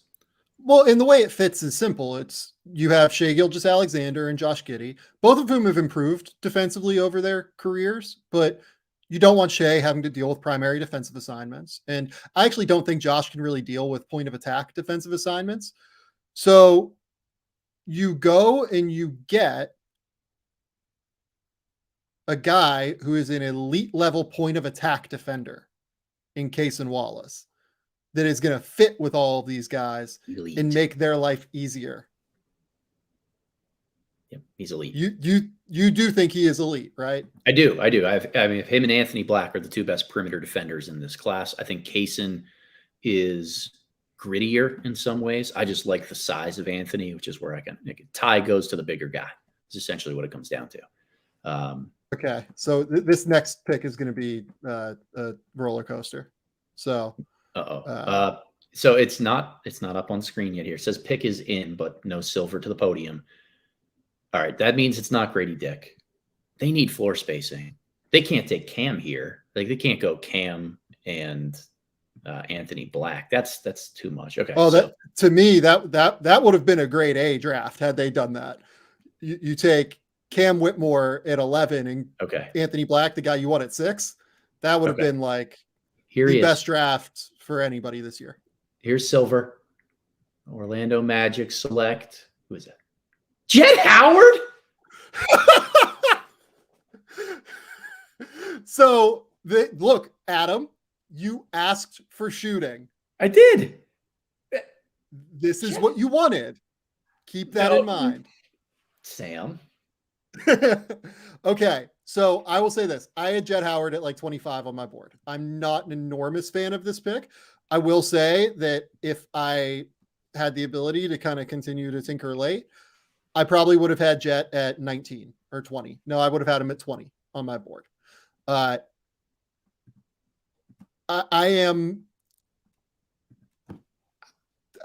This is not the pick I would have made. I would have picked Gradey Dick if you wanted this skill set. But I understand getting a shooter who can run off of movement and play off of fun zoom actions. It's an interesting fit with Anthony Black because of Anthony Black's defensive ability. It's a good fit. Let me say that. This is a good fit. Yes. 11 is rich. It's very rich. I had him 23, I think, on my final. Let me check what I had him. Somewhere in that like mid-20s range. 22, where I had Jett Howard. So, and let me be clear too. I think that if somebody wanted Kobe Bufkin, this probably would have been a pretty popular pick to get up to, because I think that the team at 13, Toronto, like really wants Kobe Bufkin. Oh, so Whitmore, I would have thought they probably would have had some potential options here to move down. Okay, so explain what your issue is with this pick, Adam. Okay, so Jett Howard, he checks a lot of the boxes for the Orlando Magic in terms of having length and being a bigger shooting specialist, 6'8", but he is not a very physical player. And that shows up on the defensive end of the floor. I don't think he has a natural position to guard. I don't want to say heavy feet, but he gets very little burst or lift out of his feet and doesn't separate on offense, doesn't really keep guys in front defensively. Lack of speed and lack of physicality is a tough combination for a wing to have in the NBA. I'm not a biomechanical expert, but I did not see a lot of the ways that Jett Howard is going to be able to improve at some of those areas. Offensively, really good shooter, has some pull-up stuff to him when he really gets going. But other than the shot, you need to scheme ways to make him impactful. Decent playmaker when he knows exactly what the read of the defense is going to be. And he needs to come to his right hand with a little bit of a runway pre-catch to get separation from his man. He's not a standstill separator in any type of regard.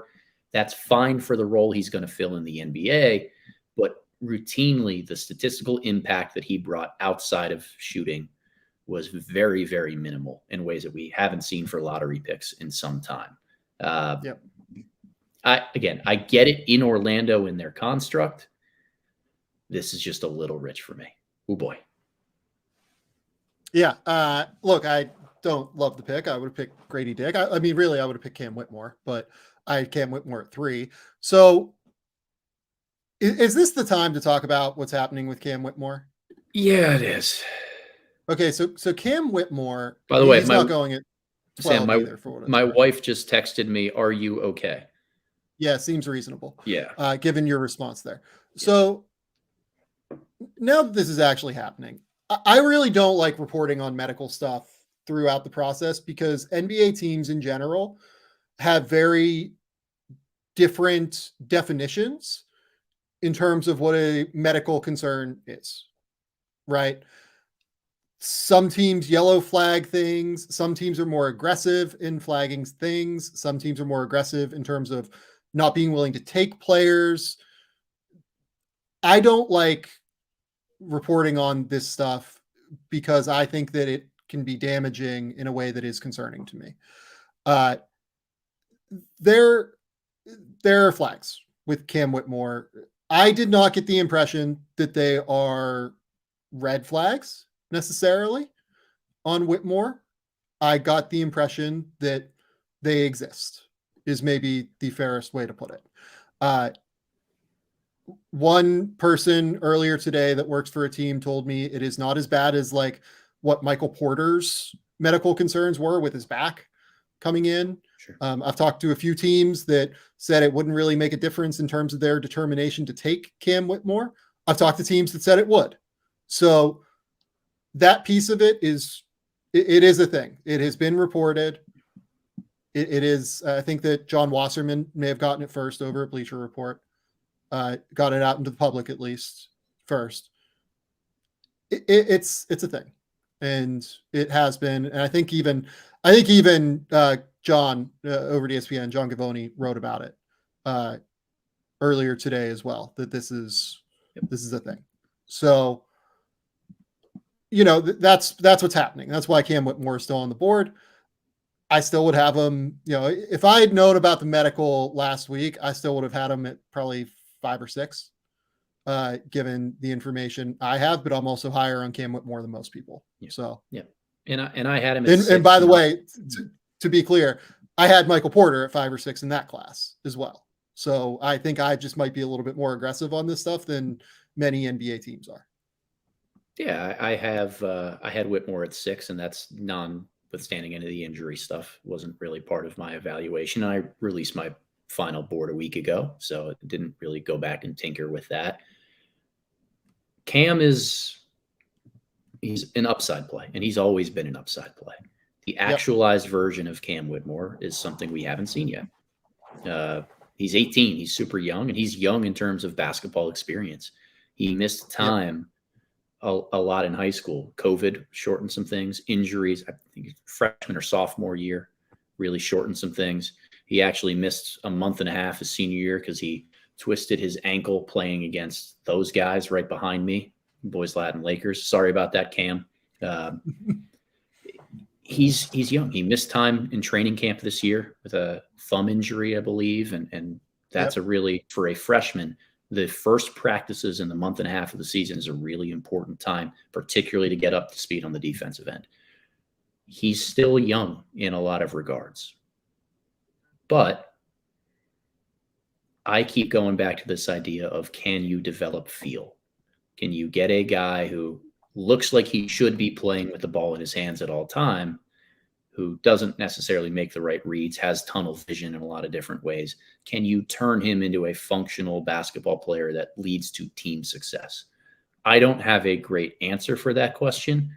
I just know the raw tools that he brings to the table are very, very tantalizing. And a guy whose upside is so built on those physical tools, if there are medical concerns, I get why there's a slide. I get it.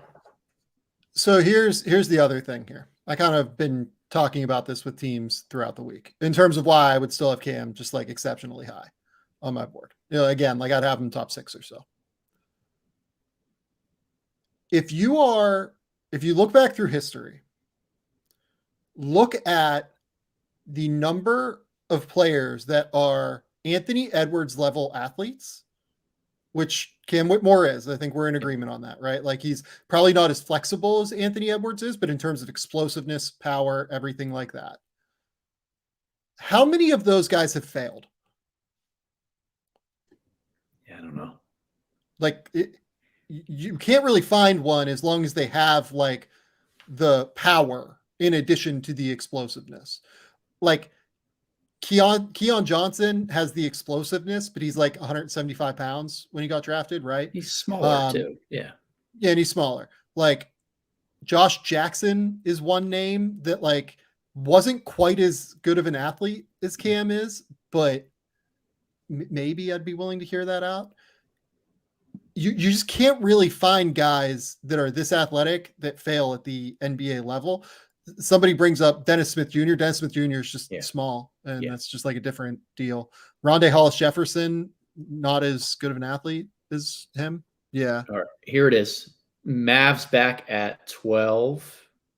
Yep. Dereck Lively from Duke is going to Dallas with the 12th pick that they traded down to select from Oklahoma City.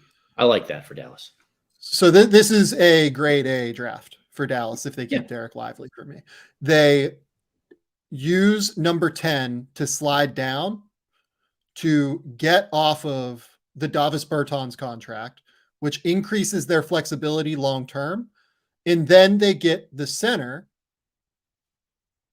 who they need to be able to anchor a defense with Luka Doncic and Kyrie Irving. And oh, by the way, the center who is going to be an unbelievable rim runner for Luka Doncic and Kyrie Irving out of ball screens.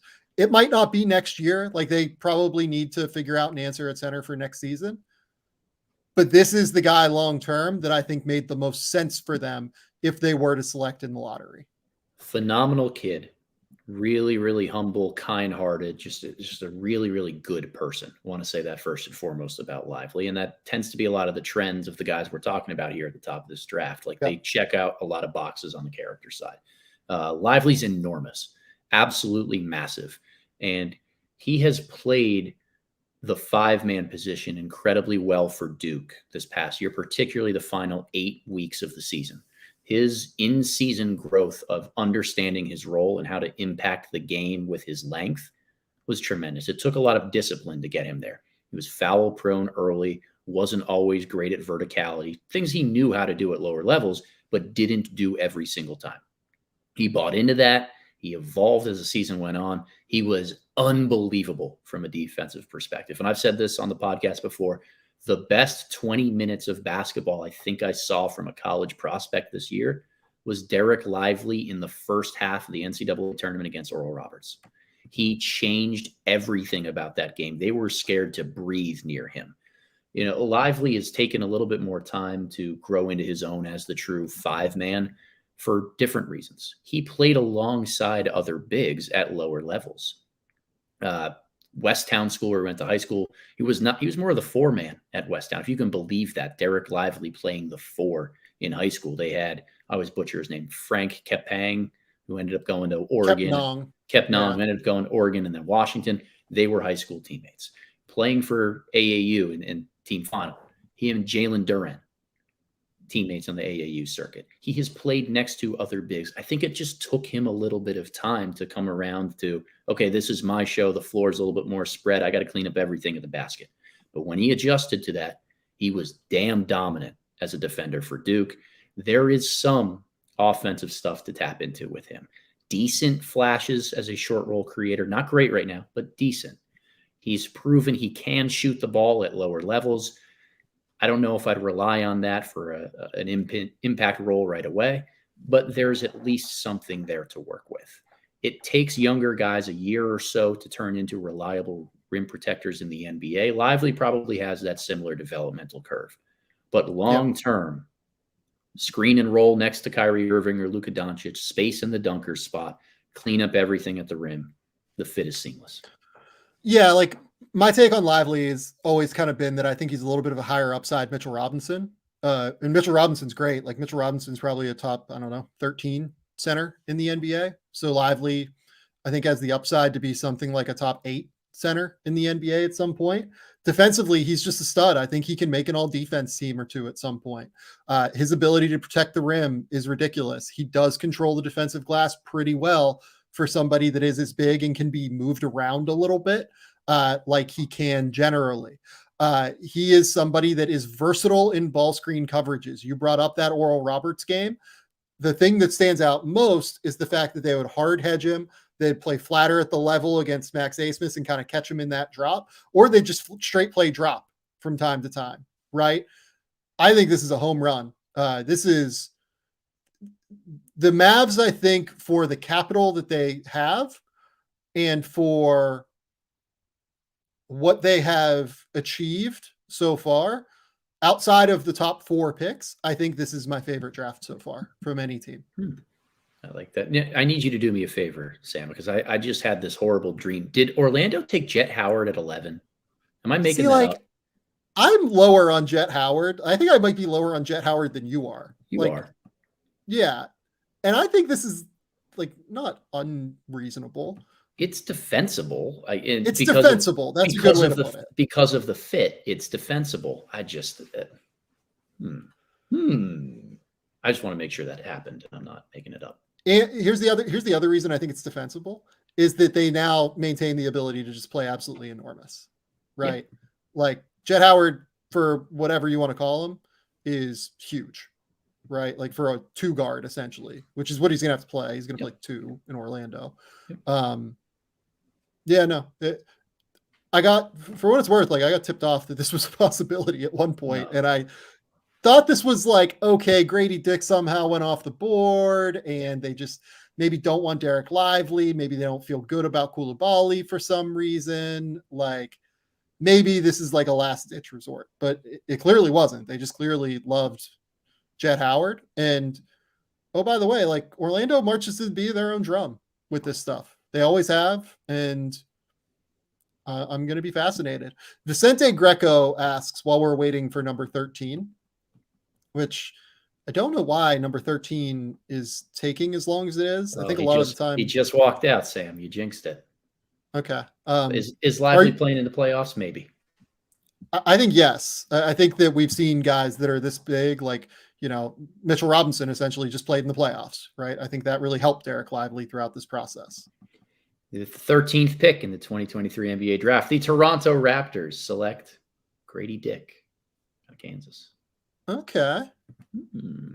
And the red suit makes a lot more sense.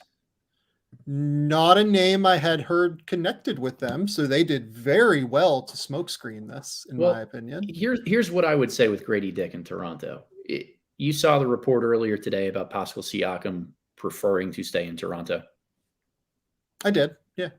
So if that's the case, and you've got Scotty Barnes, you need floor spacing. I think Gradey Dick makes sense there if you're going to try to run it back a little bit further with Pascal. Yep. No, I think it's a pick that makes a lot of sense. Like I'm not saying that like it doesn't make sense. I think it's reasonable. It's just something they haven't really done in the past. They tend to like these guys that are bigger, longer, you know, athletic and everything. B, it's also something that I just hadn't heard much of, really. Like I just, frankly, I'd heard a lot of Kobe Bufkin. I'd heard a lot of like Jalen Hood-Schifino. I'd heard a lot of like the guards there. I'd heard a bit of Bilal Coulibaly.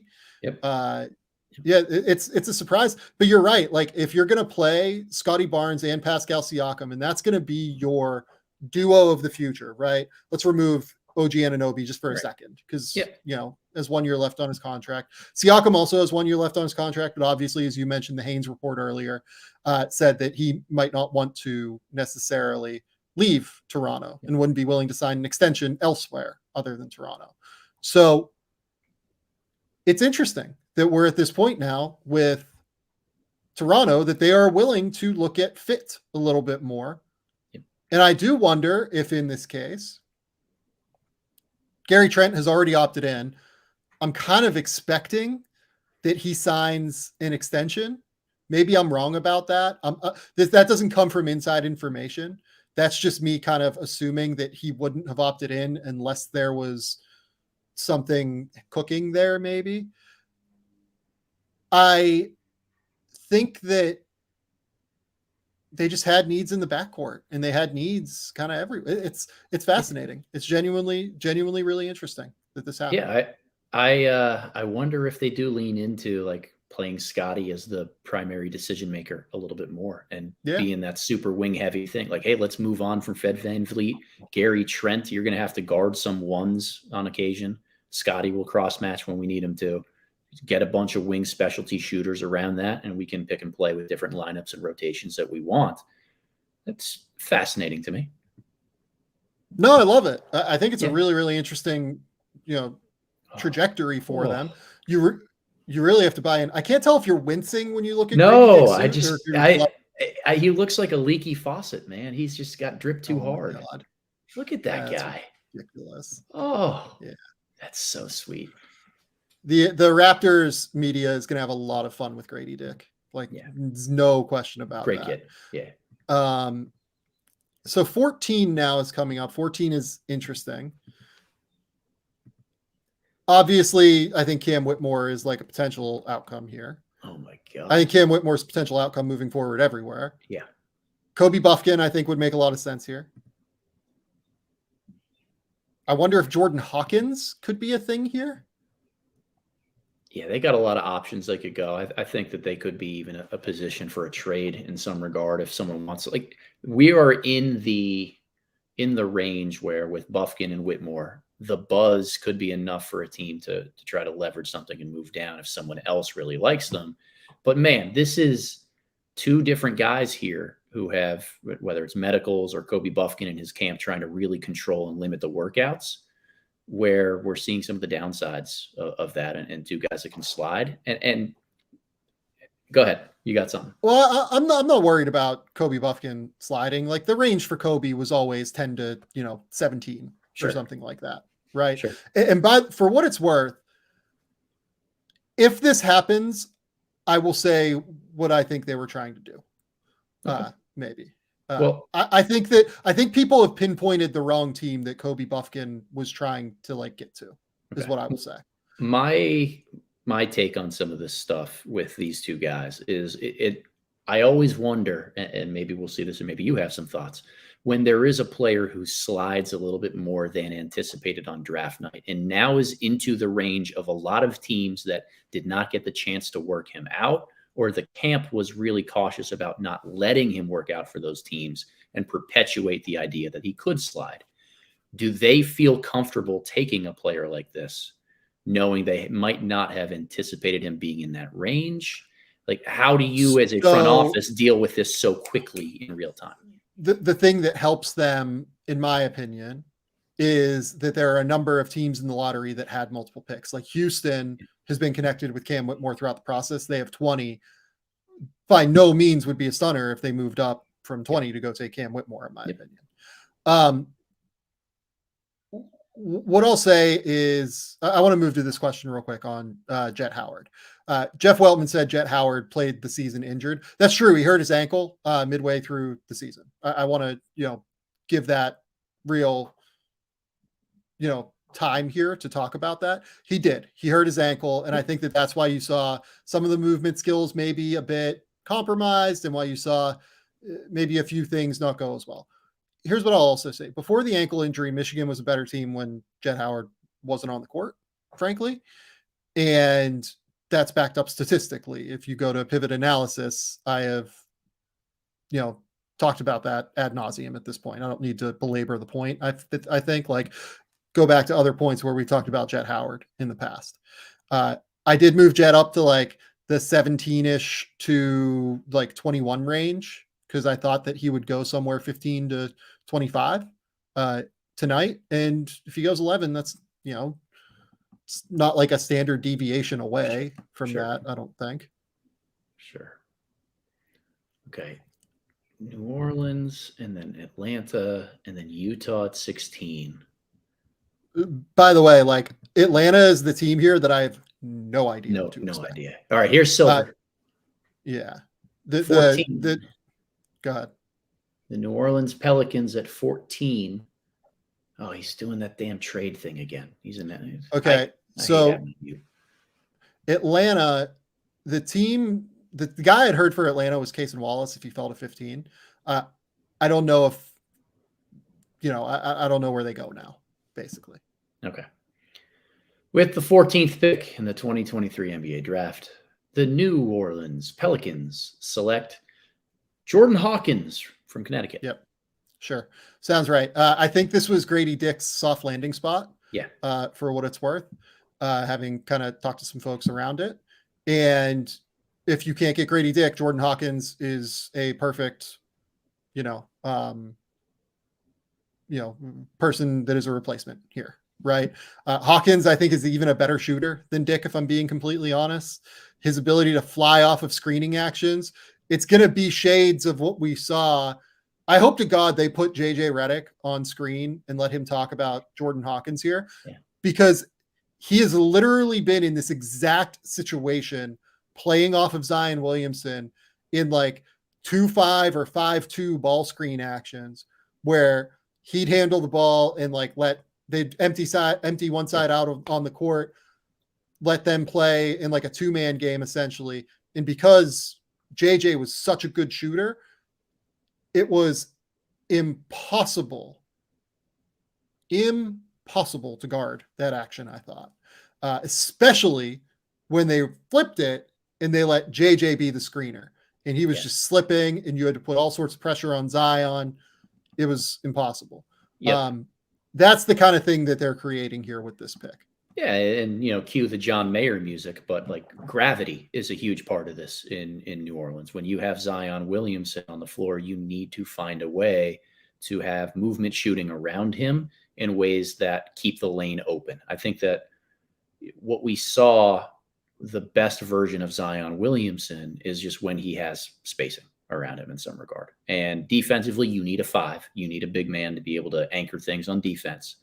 So beyond that, lean into the shooting side of things. I like Jordan Hawkins. I think this is a good place for him to land too. Earlier impact in his career, allow a great offensive coach in Willie Green, who's going to be creative with the ways that he utilizes Jordan and can construct some things that make the most sense for him and for their team. I do have some concerns about the versatility of his game in a lot of different ways on both ends of the floor, but he's really, really good at what he does. And the common theme that we're seeing here, like 3 shooters in the last 4 picks, when you get to the middle part of the first round, value those role players that bring floor spacing to your team. Yep.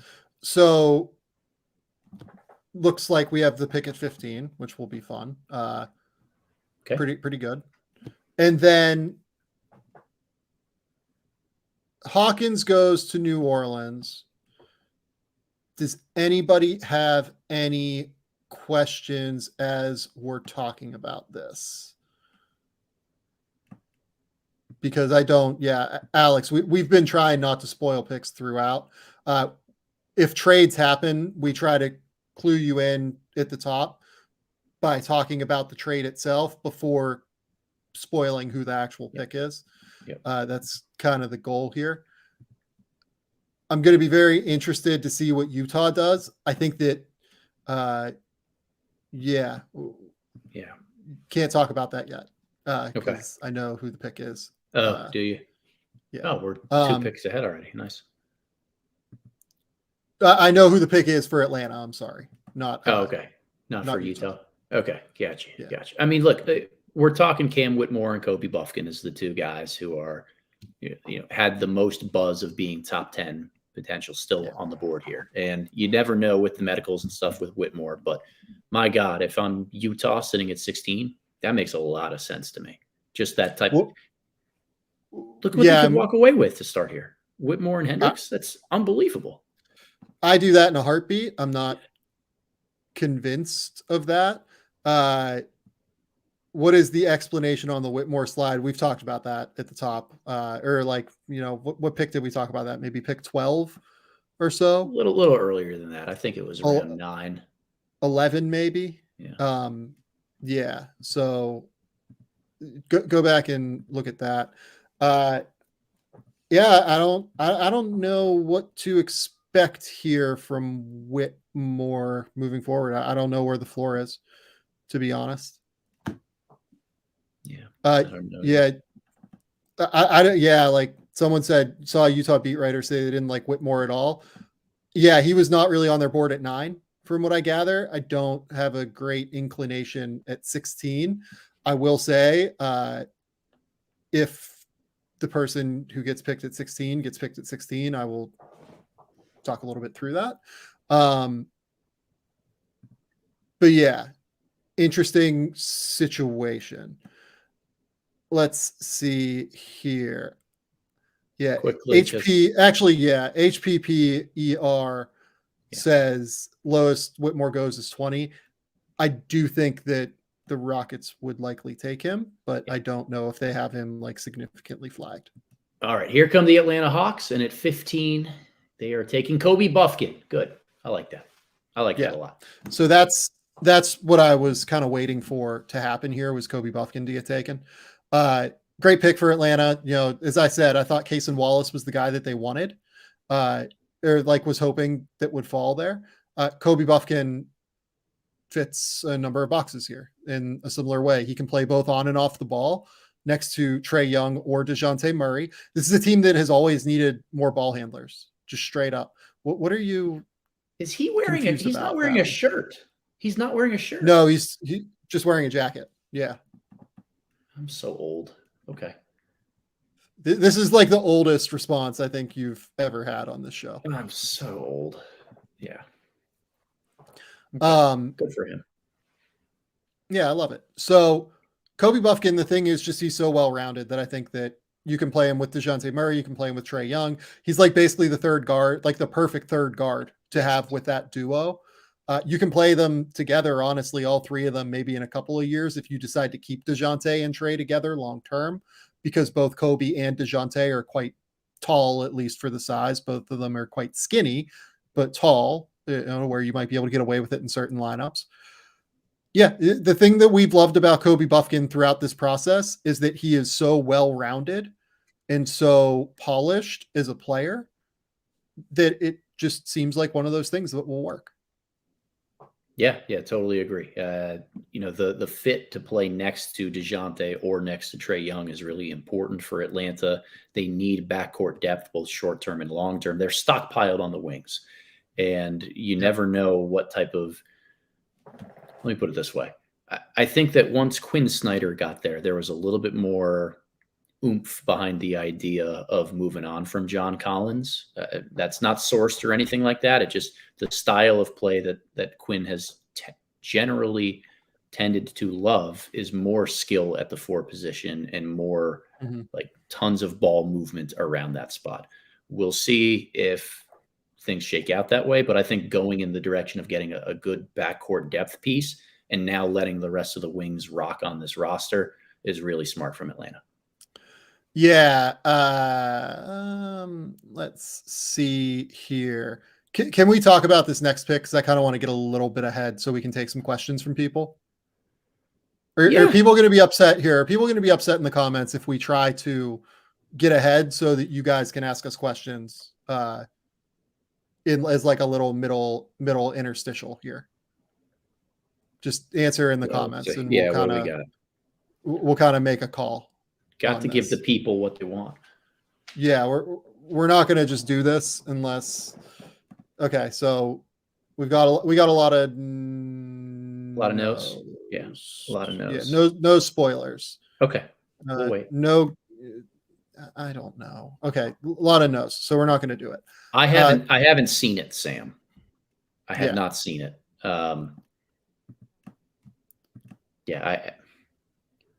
It tells me not Whitmore if there's this type of reaction or a need to talk. We've talked about Cam a lot.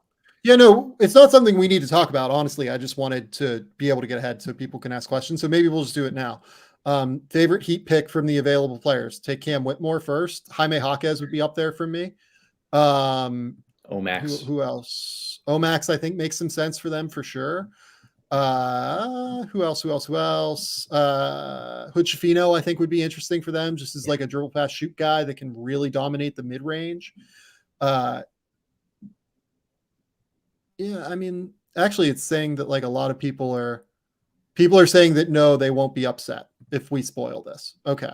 So sorry, I phrased that poorly. So I'm just going to go ahead and spoil this then. And then you guys can ask a bunch of questions afterward. So at 16, the Jazz are taking Keyonte George. And when I said earlier that I was a little bit worried that there could be a significant surprise at number 9, I thought there was a chance they would take Keyonte George at number 9. Really? Yeah. He would have been very strongly in the mix at 9 for them. Huh. Okay. With the way that the board went, because the way the board went was very specific. And if it went that exact way with those 8 players being off the court or being off the board, I thought there was a chance that they would take Keyonte. I didn't know how they would value Keyonte ahead of Hendricks. It looks like they took Hendricks at the end of the day, which frankly I think is smart. You should do that. But yeah. What are your thoughts on Keyonte George at 16? Utah needs long-term a guard who can score and probably create for others. I love guys who have unlimited confidence in their own abilities. Keyonte George certainly has that. True 3-level scoring potential, which is hard to find outside of the lottery in a lot of different drafts. 6'4", strong body, heat-seeking missile when he goes into contact in the lane, particularly early in the season, kind of lived to the free throw line. I had some questions about the feel, about how much he reads the defense around him versus predetermines some of his passing reads. And he had some moments of showing an actual ability to read a defense. He also, when Baylor would run different scripted actions, and there's one in particular, he'd have the ball at the top of the key, come off of a side pick and roll to his left, and there'd be a simultaneous back screen trying to get a lob. He threw the lob every time. He never looked, he never read, and opposing teams by the end of the year started to sit on that. I think he's a little more predetermined than I like for a guy who would play a lot with the ball in his hands. I also think that he struggled with intense ball pressure this year. He was the number 1 option for Baylor on the offensive end of the floor. Teams keyed in on him on the scouting report.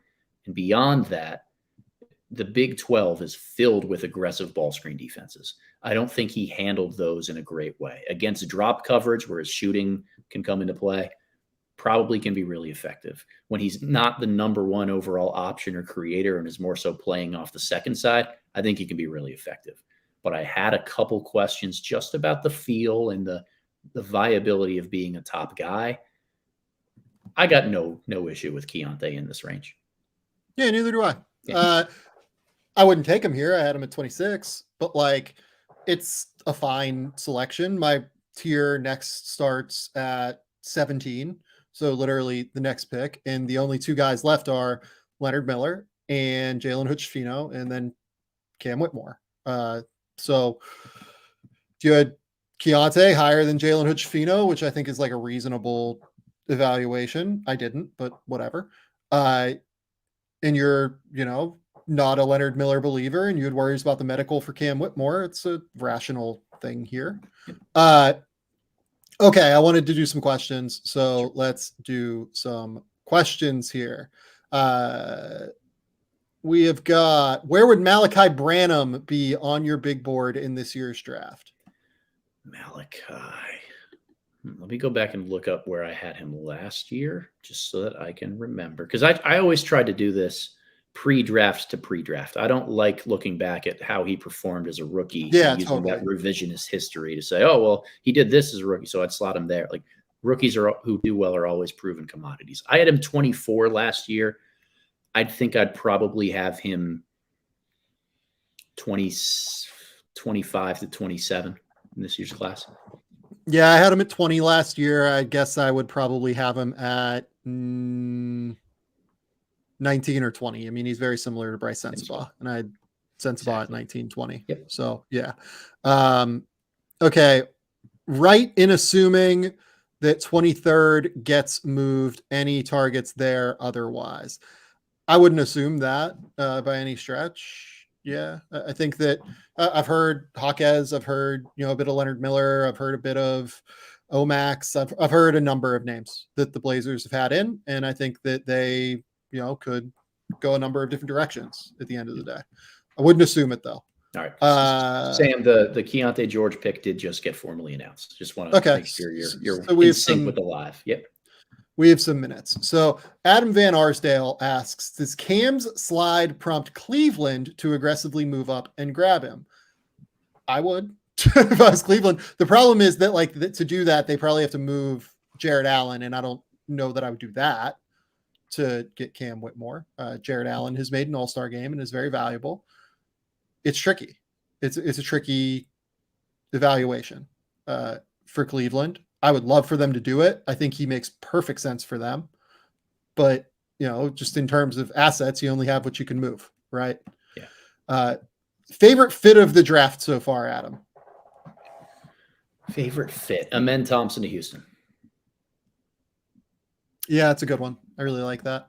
I like what Dallas did a lot. I think Dallas makes a ton of sense in terms of how they have approached this. Who else? I would say that I really like Jarace Walker in Indiana is a really good fit.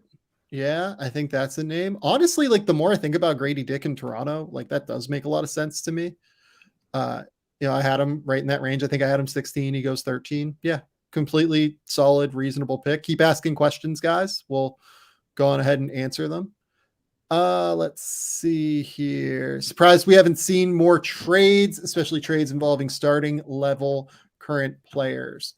Not really. I thought there would be a lot of movement. I thought there would be a trade from 5 through 9. We got one. I think Utah probably tried to move up a bit and just couldn't get a deal done. I'm a little bit surprised we maybe didn't get more than just that like 7-8 trade in the top 9. We got the Dallas trade kind of moving up and down, which was expected, right? We knew that they would move that pick, and they did a great job by getting off of Bertans. No, I think the answer is no. Do you feel that way, Adam? Where I thought there would be a lot of movement was in the back 10 for sure. Yeah, I feel like it's been adequate for where we're at. I've always viewed the 17 to 35 range is where the movement is going to start picking up. Yeah. And for what it's worth, we're on 17. That's the Lakers pick. The Lakers, I think, are a genuine possibility to move around here a little bit. Who do you think is in play at 21, 22, 23? I don't know. I think we just named a lot of the guys there. I think Pajemski's range starts pretty soon. That's another name that we should bring up. Chris Murray's another name that we should bring up. There are a few. Let's see here. What kind of package would it take for the Wolves to move into the first round or move up into the early second? I mean, look, if they're willing to trade a future first, I guess maybe, but like they don't have a lot of those because of the Gobert move. So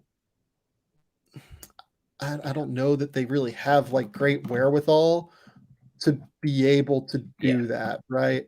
Yeah, and I don't like many of the younger assets that they have either. I think they're very unproven. They haven't turned down a lot of great ways. Sorry, Penny, for not loving Josh Minot. I know, but yeah, I don't see that as a thing. Let's see here. Favorite player team fits remaining. I'm terrified of either Omax on the Heat or the Celtics. Both of those are phenomenal. I love that. Hawkins to the Heat is probably my favorite. I think if you put Jaime Hawkins in Heat culture, that's like the best idea ever. I like Omax to the Kings as well at 24. I've long thought that's a fantastic fit. Part of me really likes the idea of Leonard Miller in Brooklyn. Him and Claxton long-term as a 4-5 duo would be super fun. That'd be really fun. Yeah. Honestly, Houston, Cam Whitmore. Like, can you get Amen Thompson and Cam Whitmore in the same draft? Oh my God. Yeah. Oh my God. I mean, that'd be great. Let's just do that. They're going to run those plays that you see in like middle school hoops where 3 guys stand next to each other in the corner and they just like clear out for Amen or Cam to just bully drive. That's insane. Yeah. Favorite unexpected pick so far in terms of team fit? So the thing that you didn't think would happen, but did happen that you actually like in terms of fit. Cason Wallace to Oklahoma City. That's probably mine as well. I think that makes just an immense amount of sense from a roster building perspective and from an overall like core perspective with their young guys. Still on commercial here. We got time. Yeah, I figured. Any chance Nets fans will be happy with tonight's draft? Maybe. Like, they've been connected with so many players that I don't even know that it's worth speculating. on it on some level. Like I've heard Omax, I've heard Pajemski a lot. Those would probably be the two I've heard the most for them throughout the process. Okay. Here's a good one from Ryan Carroll. Probably a better question for the second round, but how does the inclusion of a third two-way contract in the next CBA impact overseas players declaring? Will there be less stashes? I don't really think it impacts overseas players declaring. I do think there is a chance that there are less stashes in general. It's not really the third two-way. It's actually the second round exception that teams are going to get now to be able to sign players in the second round, as opposed to using part of your mid-level to be able to do it above the minimum. Stash-wise, I would expect probably next year to be a bit more robust in that regard on potential stashed players. Yeah, I don't think that it will. I think we will see maybe 3 or 4 or 5 stashes in the second round. Maybe 3 or 4 is the way to put it this year. Here we go. See. Okay. We got Mr. Silver coming to the podium with the 17th pick here for the Los Angeles Lakers. They are selecting Jalen Hood-Schifino out of Indiana. I really like this. Great pick. Great pick. Really interesting fit next to Austin Reeves long-term in their backcourt. Both guys that are like 6'5", dribble, pass, shoot, can defend. These are guys that make sense next to LeBron. The key with Hood-Schifino is the 3-point shot long-term. I am a believer in the 3-point shot. Are you, Adam? I am, and I am so much so a believer in the 3-point shot that I had him 12th on my big board. Okay, so yeah, you're even higher than I am. I think I had him 14 or 15. Okay. The thing that he does really well that I think is important when trying to like project his shooting ability is he has the ability to realign himself in midair, right? The jumper looks great from mid-range, but he can go up wrong-footed and maintain that center of, gravity and that control and that balance while also twisting in the air to be able to get himself realigned to the rim. I tend to believe that those guys who can do all of those things in that manner in a cohesive way tend to be able to translate as shooters long-term, as long as they have touch on some level. And I think Hood-Schifino like very clearly has touch. Yeah, I think the optimal version of Jalen Hood-Schifino is a big point guard who plays a lot in the pick and roll. Obviously, this early iteration of him in his career is not going to have that role while he shares the floor with LeBron and Anthony Davis. But he is a very smart decision maker with the ball in his hands. Does a fantastic job of just taking what the defense gives him and making the right play. I don't think that there are enough ways to really show how much as a coach I appreciate that in a player. If teams send 2 to him in the ball, he'll just hit the pocket pass to the roll man every time. If he's got room in the mid-range, he's great at taking the mid-range pull-up there. He'll snake ball screens. He'll use his hostage dribble and his big frame to keep defenders on his back. He's armed with all of these tricks to become an excellent pick-and-roll creator over the long term. I also love the on-ball defense from him.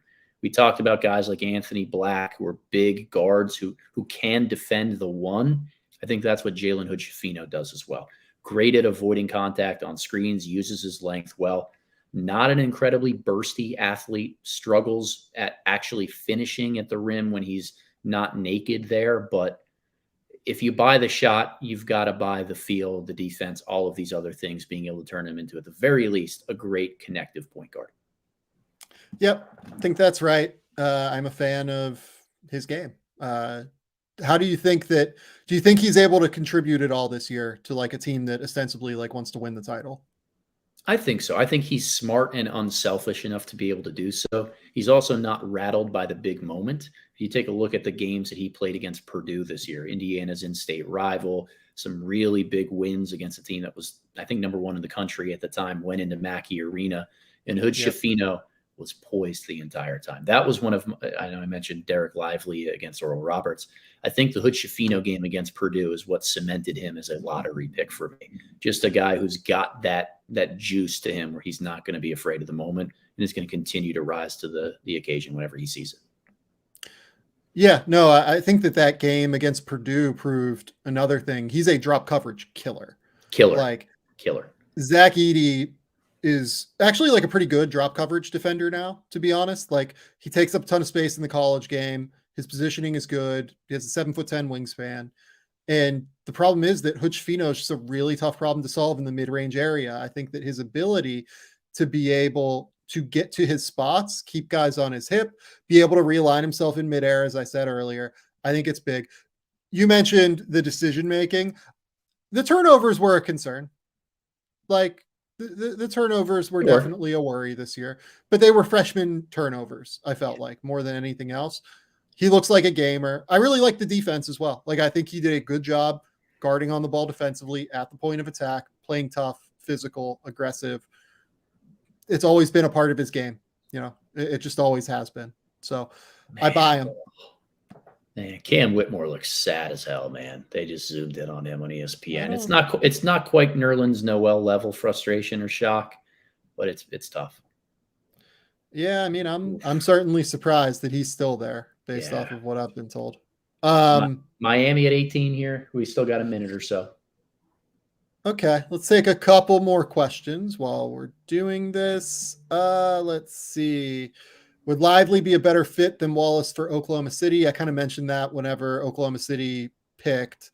I think that Lively doesn't really fit what they do on offense. They like dribble, pass, shoot guys at the center position. Think somebody like Chet Holmgren. Let's see here. Do you think Jordan Hawkins can develop enough as a passer to play point guard alongside Brandon Ingram and Zion as a tertiary playmaker? No, but like, if you're playing him next to a lineup of like him and Dyson Daniels, like, I think Dyson Daniels can be your tertiary playmaker in that regard.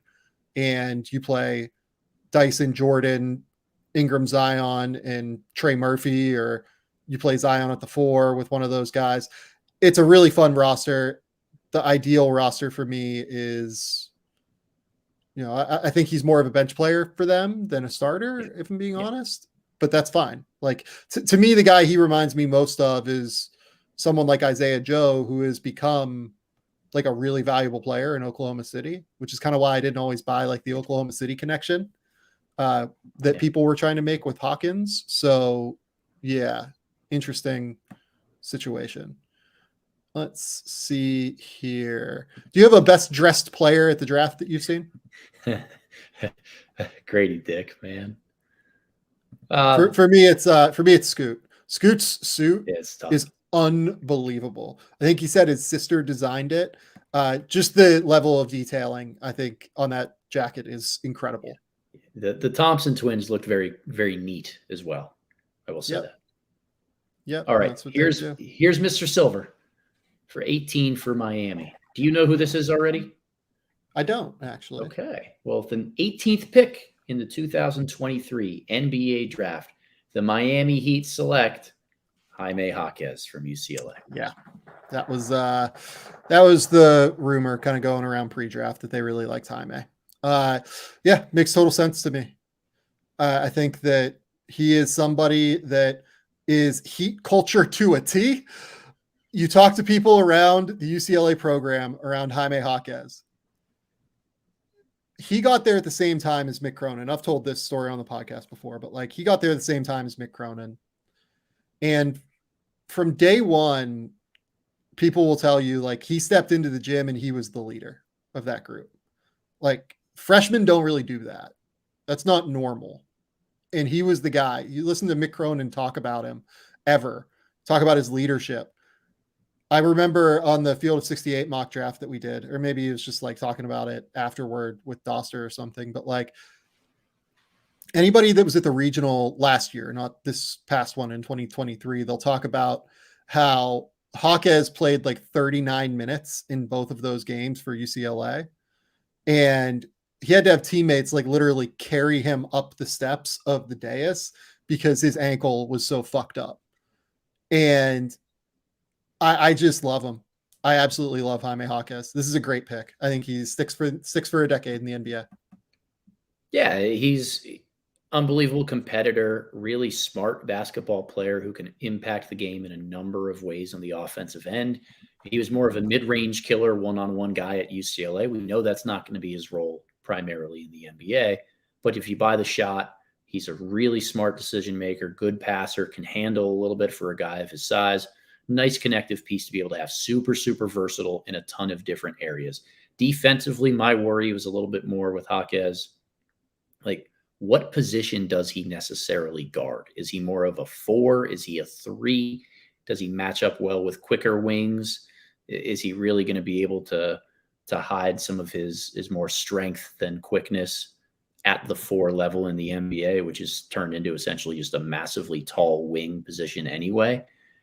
I think that he's smart enough in so many different ways. He's going to figure it out and be fine.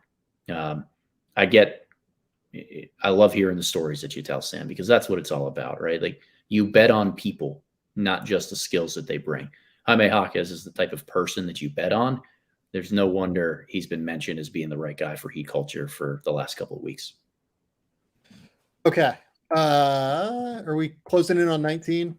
3 minutes on the clock still here. They're sitting down with Jaquez at the moment. Okay. We got some time. See here.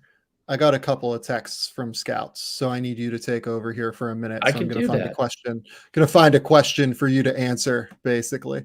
I'll ramble on like Jimmy Page. Let's see here. I don't know if I've got a great one. I'm trying to find one that'll take a while for you to answer. I can just run down and speak, Sam. You just wind me How up about this? And let me go. Can you go through the last? We went through the top 8 picks. Can you reset us where we are now after 18? So just read through the last 10 picks. Absolutely. I'm happy to do that here. So we got through 6 and 7, Anthony Black going 6 to Orlando. We had the 7-8 swap with Washington and Indiana. And then at 9, Utah took Taylor Hendricks. From there, Oklahoma City made a trade, moving up from 10 to 12. From 12 to 10 into that spot to take Cason Wallace out of Kentucky. A little bit of head scratcher at the time, but the more we think about it, the more the fit seems to make sense culturally. Orlando Magic took Jett Howard at 11. That was the big reach or surprise for many of us at this point in the draft. Dallas picking at 12 got Dereck Lively. Good long-term fit for them at the center position. 2 shooters in a row. Toronto takes Gradey Dick 13. Jordan Hawkins goes 14 there to New Orleans. Kobe Bufkin and Keyonte George are the next 2. Jalen Hood-Schifino at 17 to the Lakers. Those 3 guards, Bufkin, followed by Keyonte, followed by Jalen Hood-Schifino, all bring different things to the table.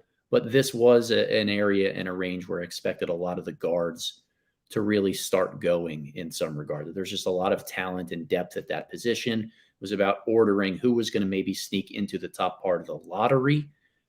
We had rumors that could be Kobe Bufkin with the way he was really hyped up over the last couple weeks. It ended up being Cason Wallace, who goes 10. And then we get that run in the middle part of the first round here. Bufkin at 15 to Atlanta, which is a really good fit because of his versatility to play on ball and off ball. Keyonte George at 16 to Utah, a little bit more of a rebuilding situation where they're looking for a potential number 1 option in the backcourt who can really fill it up. And then Jalen Hood-Schifino, 17 there to the Los Angeles Lakers. Just potentially best player available. Good fit with the team because he's so cerebral and competitive and can defend and play on both ends of the floor. Yeah, I think all of that lines up. Are we at the point where Silver's up? Because I know that we have a pick in. We are not yet. No Silver, though. They're doing that little thing where they start to zoom out a little bit and it gears into that point being ready. So there he is. Yep. Adam Silver coming to the podium. This is 19 for Golden State. I know there were some rumors last night that this might be, or certainly earlier today. Is that only today? It might be included in the swap with Chris Paul, but it's staying here in Golden State. And how about that? They're taking Brandon Podziemski from Santa Yep. Clara. Yeah, so wrote in the mock that this was the start of his range. I know he had a great workout with Golden State. I think that this is just a really interesting fit for them. Like, he's a guy that fits in terms of ball movement, in terms of shooting, in terms of just overall feel for the game. I think Steve Kerr is really going to like his toughness, his mentality. I had Podziemski in the 40s. I would have loved him as a second round pick for Golden State. I don't see it defensively with him. He has an 8-foot standing reach, 6'5" wingspan at, 6'3", 7'5" in shoes, if I remember correctly, right, Adam? Maybe 6'3", 2'5" in shoes or without shoes. Yeah, I don't have the decimals down, but sounds right. Yeah, so it's like little. It's not quite 6'4" without shoes, and short arms, kind of like a bowling ball. I don't love the way he moves his hips defensively, which is ultimately why I ended up with a bit of a lower grade on him. I just really struggle to see how he's going to contest jumpers and how he's going to be able to stay in front of opposing players. This is a bet on a kid that is super smart and super competitive, being able to overcome those physical limitations. And this is not a situation where they could have traded down for him, by the way. If they wanted him, they needed to take him at 19, because I think that Brooklyn quite liked him at 21 and 22. I like him in Golden State's system. They're really small, Sam. They're really they are now, aren't they? Huh. Yeah, and he's a type of guy who cerebral in the way that he plays on offense, and probably self-aware of some of the challenges he may face on defense. I would struggle with him in a postseason series if I'm Golden State, trying to mask him and Steph Curry together for some stretches. And if he only plays when Steph Curry's off the floor, I mean, that's fine, but I don't know. I don't know if I would have used the draft capital on a guy that's who you envision in the postseason long-term, not sharing the floor with your best player. Yeah, look, I mean, at what point do we start thinking about, well, in the postseason, this core is this core, right? It is going to be Stephen Curry, Draymond Green, Klay Thompson, Kevon Looney, probably Gary Payton. Like, I don't know if they could have drafted somebody right now that would have played over Gary Payton if they weren't comfortable with Whitmore's medical, right? So yeah, I at the end of the day struggle to see how he would have played with the starters in closing minutes anyway. Yeah, no doubt about it. So like it's a long-term pick then that you hope can play off the bench now, I think. He's very Warriors-y in some way with his feel for the game. The movement stuff is there as a shooter. I get it. Honestly, I would have, if I was making a Warriors-specific big board, I would have had Podziemski in the first round. Yeah. I think that he fits their paradigm to a T. Yep. I think that if you were putting him in a different scheme, if you were putting him in a situation where he has to like go and create for himself in some way, like even in Memphis's scheme, I wouldn't love him. Like, I think that wouldn't quite work. I think he's not quite as slithery as like a Luke Kennard. I think he's not quite as athletic as somebody like that. But he's competitive. He's fiery. He's tough. I get it. I don't love the player.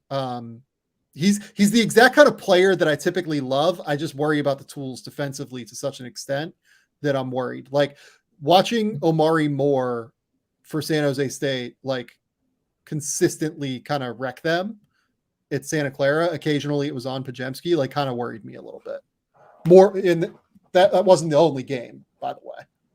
Yeah, I've had my defensive worries about Podziemski for a while. I had a second round grade on him as well. Had him in the 30s. Yeah. But again, for Golden State, for this team specifically, this is a first round value that I still probably wouldn't have taken. I would have taken, obviously, Cam Whitmore, but like I would have taken Chris Murray. I would have taken Leonard Miller. I would have taken Omax probably ahead of him as well. But yeah, like I do think that for the Warriors, this is a more sensible move than it would be for other teams. Sure. So, Sam, let me ask you a question here, because I know Cam Whitmore coming up at 20, and we can talk about him a little bit more. But before we get, we'll see. I don't. So I don't know if they're taking him, but I would be surprised if they didn't. They have to, right? That's I'm not spoilers or anything like that. I should have phrased that differently. Like, this seems like such an ideal fit that we can save the Cam stuff if it does happen. But I want to, who's the outside of Cam, the highest guy remaining on your board? Leonard Miller for me. But I knew I was high on Leonard. I had him at 13, and that's the reality. So teams were more in the 16 to 35 range for Leonard, and we're well into that range now. Beyond Leonard, so if Cam gets taken here, and again, I'm kind of assuming, maybe I shouldn't get out ahead of myself. Like maybe, I don't know. But Houston has a history of taking guys that slip down the board. Like they took Garuba, they took Ty Washington, they took. You can go back through their little run here with this front office. They have a tendency just to take the guy that slips. Houston, if they take Cam Whitmore, is going to end up with my third and fifth best prospect. And for them, it would be third and fourth best prospect. So home run across the board. And by the way, I would have taken Amen over Cam if I was them. I talked about that on podcast, even though I had Amen fifth and Cam third.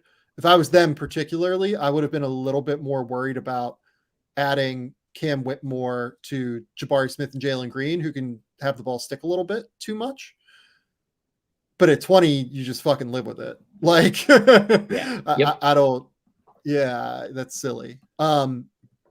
If Whitmore goes here, Miller will be the only guy of my top 16 remaining. Okay. And then after him, it's Chris Murray, who I imagine will go somewhere in the top 24. Yep. And then after him, we get into like the pure question marks of like Sensabaugh, Whitehead, Noah Clowney, Nick Smith. All right. Here it is. All those guys. Here it is. Houston has taken Cam Whitmore. Yeah. I mean, that makes all the sense in the world for the reasons. So Cam Whitmore is a guy that for a minute, Houston was considering at number 4. And wow. I think that if it wasn't for these medical question marks that we have talked about previously, somewhere around the 11th overall pick, Cam Whitmore would have had a shot to go there at the end of the day. I would imagine that they still probably would have defaulted to Cam, but it would have been a little bit more of a conversation, I think. The fact that he fell to 20 is bonkers. This to me is Michael Porter Jr. written all over again. This is a player that is going to be extremely valuable for the Houston Rockets moving forward. He is one of the best athletes in the NBA from day one. They got 2 of the top, Adam? 15 best athletes in the NBA in this draft? Probably at 4 so. and 20? Yeah, probably so. In terms of like the level to which the Houston Rockets front office is going to be like drinking themselves into a coma in celebration tonight is staggering. The amount of they're going to be so happy. Adam, I've talked a lot about Cam Whitmore at this point, his physical traits, his shot making ability. I think he's like a good on ball defender, even like he's willing to fight and scratch and claw, and he's switchable and he's strong. Like, this is a no-brainer. This is a no goddamn brainer. Amen, Jalen Green, Cam Whitmore, Tari Eason as athletes. Forget about it. Like that's a lot to work with from Houston and to continue to develop. They got to get all the pieces to fit together in the half court. I've coached against Cam Whitmore twice a year ago. I'm coaching the same league that he played high school in.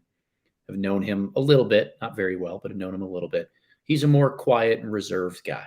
He doesn't have that, bright popping personality that I think is really engaging to teams through the interview process here. But a hell of an athlete. And I always tell this story. They played at our gym one time his senior year, and before our games, we tend to sit behind our bench during the JV game, and guys on the opposing teams will sit behind their bench. Well, we were having a team meeting in the locker room at the start of the JV game. So when Archbishop Spalding, his high school, came in, they didn't know which side of the bleachers to sit in. They ended up sitting behind our bench. And after we kind of came up and asked them to move over to the other side, and they did, a bunch of their players on their team left some food wrappers and things behind. And Cam saw that and what was going on, and saw me walking up to that area and seeing all the food and the debris left behind. And he told his teammates to turn around and go pick that stuff up. And that stuck with me for a long period of time, particularly in thinking about the difference between being a emotionally intelligent or mature young man and having a bright, engaging personality. I don't think that always being the most type A human being means that you're that's the only way to lead. That's the only way to be a positive presence in a locker room in a lot of ways. That always stuck out to me with Cam in a lot of different ways. I can talk about the upside athletically, the development of his shot over the last 18 months, which has been really, really strong and solid across different levels. The confidence with the ball in his hands to plow through people. He's got some things to fix. He needs to be quicker as a decision maker off the catch. He needs to avoid tunnel vision. I think he's not great as a pull-up scorer in the mid-range right now. Step backs are the only thing he can get to going to his left. And he's not ready to be an off-ball defender in the NBA right now. There's a lot to clean up. But he's starting from such a different spot athletically. So this person who has a symbols name, I apologize if that's a different language that I don't know, but I think it's symbols, asks if I'm going to leak the medical issues for Whitmore. I'm not. I don't feel comfortable doing so. Frankly, like I've heard a couple of different things to where I don't feel comfortable doing so. Just to say, I think it was a factor. I'm not going to sit here and say it's, I will say it was a factor of probably, I'll say it was a factor. Let's go with, and I'll leave it at that. That's what I feel comfortable saying. But I'm not going to say what it was, frankly, because I've gotten a few different things in terms of what it was, what the concerning things are. Okay. Cam Whitmore for me is by far the best value pick of the draft. Like my favorite pick of the draft is, Victor Wembanyama going 1 and then Scoot Henderson going 3. But, this is probably 3 for me, maybe 4 behind him and Thompson. Like this is unbelievable value, I think. Yeah. Oh, it is. Absolutely. Yeah. Unbelievable value. How bad should Brad Underwood feel about letting Brandon Pajemski go? I mean, silly, I think, but I don't know. Maybe look, I think that players often find homes nowadays in different places, and that's the most important thing is that they find where they are best at the end of the day. Yeah. Right. Go where you're wanted, kids. Go where you're wanted. Totally. That's absolutely right. Go where you are going to have the best level of success. So someone in the YouTube comments does bring up this, which is public, and I don't really have a problem talking about it. This is about Cam. I heard he broke his leg twice in the same year. As a freshman in high school, he did break his leg. Yeah. I believe he may have broken, I want to say tibia is the box that's sticking for me. But yeah, that is public information, and that is an accurate thing that is in the draft guide that I wrote. Yeah. Leg fracture freshman year, turned ankle and missed about 6 weeks senior year, thumb injury this past year. That's the extent of the history that I have. Yeah. Let's see here. Do we have 21 yet? So the pick is in, and you are on top of things because Adam Silver just walking to the podium right now. Brooklyn Nets back-to-back here, just like Jordan 96-97. And the first selection for Brooklyn, which is 21, they are going to be taking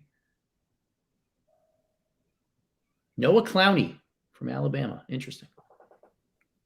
Sure. Yeah. This is another guy I'd heard like briefly connected with them, not one of the like major ones. I wasn't sure how they valued him versus Leonard Miller. Yeah. At the end of the day. Clowney is a really interesting player. If I remember correctly, you had like a second rounder on him. I did. I had him in the mid 30s, like 34 to 36 range. So I had him at 21. So maybe I'll talk about him to start. Yep, go for it. Clowney's tools are very real. He's something like 6'10" with a 7'3" wingspan and has interesting movement skills, maybe is the better way to put it. I think sometimes his hips can get a little bit stiff, but for the most part, he has good kind of bend. And I think that he has the ability to slide his feet like in a straight line in a real way. He can also run the floor really well. He's a good athlete. Clowney is also a player that has a very professional mindset. You talk to people around that program, they will tell you that he is a preparer. Like he is somebody that really works hard. He's somebody that plays the game the right kind of way, essentially. Definitely the kind of kid that you can believe in to hit his upside. I was more on your side of the equation in terms of where I had a grade on him. And then I kind of understood a little bit more about the background and I ended up with him, honestly, I think I might've ended up with him at 21. So 21, 22, something like that. Nice. Yeah. And I see the upside, right? The modern NBA is built around these 6'10", 6'11" guys who can shoot and maybe defend in space a little bit. But I think the actualized version of a guy like Noah Clowney, who I haven't seen a ton of track record as a rim protector. I think he's a good shot blocker in the open floor in some ways, but not necessarily at the 5. I think he needs to check both boxes. He needs to be both a versatile defender on the perimeter and a consistent floor spacer at the 3. I don't think that one of the two is going to be enough to get Noah Clowney really high into a rotation in the NBA. Because if he's defending in space but not providing floor spacing at the 4, I don't know if I love him more than some of the other athletic wingy type of options that you could find in this draft. And vice versa, if he shoots the ball but doesn't necessarily protect the rim or is switchable on the perimeter, how do you keep him on the floor and in the rotation in the games that matter? You think that he can play center at all long term? I don't. That's where it comes down a little bit different for me. Maybe in like the smallest of small ball lineups. For example, I keep thinking about Clowney doing what Trey Lyles did for Sacramento in the first round of the playoffs this year, when they needed that break class of emergency, like stretch 5 for small doses of moments, like fine, but it only works against a really smaller team. And it's not something you can go to all the time. Yep. Yeah, I think that's probably my take on it as well. I'm intrigued to see how his body ages long term. Very skinny right now, just like really, really skinny. Yeah. If he can continue to add weight, it's kind of interesting to imagine how his frame will develop, I think. Like, does he lose some of that athleticism? I don't know. The guy I've always kind of comped him to is like a little bit better shooter of like a Chimezie Metu. I think if Chimezie Metu was a real shooter, he'd probably be like a really interesting player. He's also a little bit bigger and a little bit longer than Chimezie as well, which probably helps him in that way.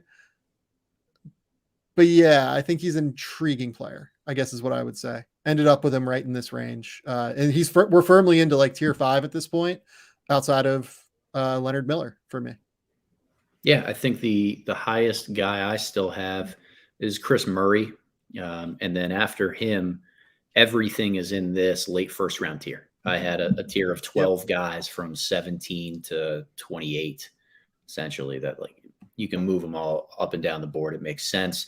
And then a few guys, even for the right team fit, like we talked about Podziemski with Golden State. I can understand that. It's defensible in some regard. So this is really going to open up where a lot of guys that you and I have in our top like 35 to 40, all of those picks can make sense here. Yep. No, I think that's absolutely right. Really, the way that I phrased it was the top 16 guys were the only guys that like I'd be pretty blown away if they didn't go in the first round. And then the rest of it, like, you never know, right? Chris Murray, I'd be surprised. Jordan Hawkins, I'd be surprised. Like, if those guys didn't go in the first round, it would have been pretty staggering.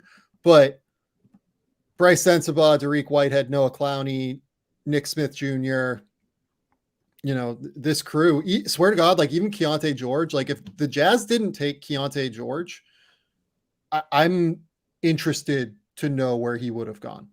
Me too. I would say. Yeah. I think there's like a pretty substantial chance he would have dropped by like 10 picks or so. So yeah.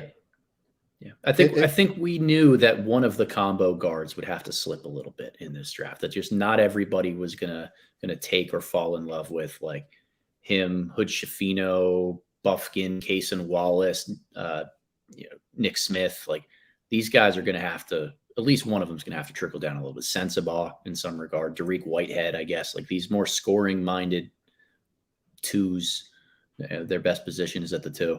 Those guys probably one of them's going to slide at least, and that's where we are. Yeah, one of them was always going to end up in a weird spot, and now we will find out who it is. Okay,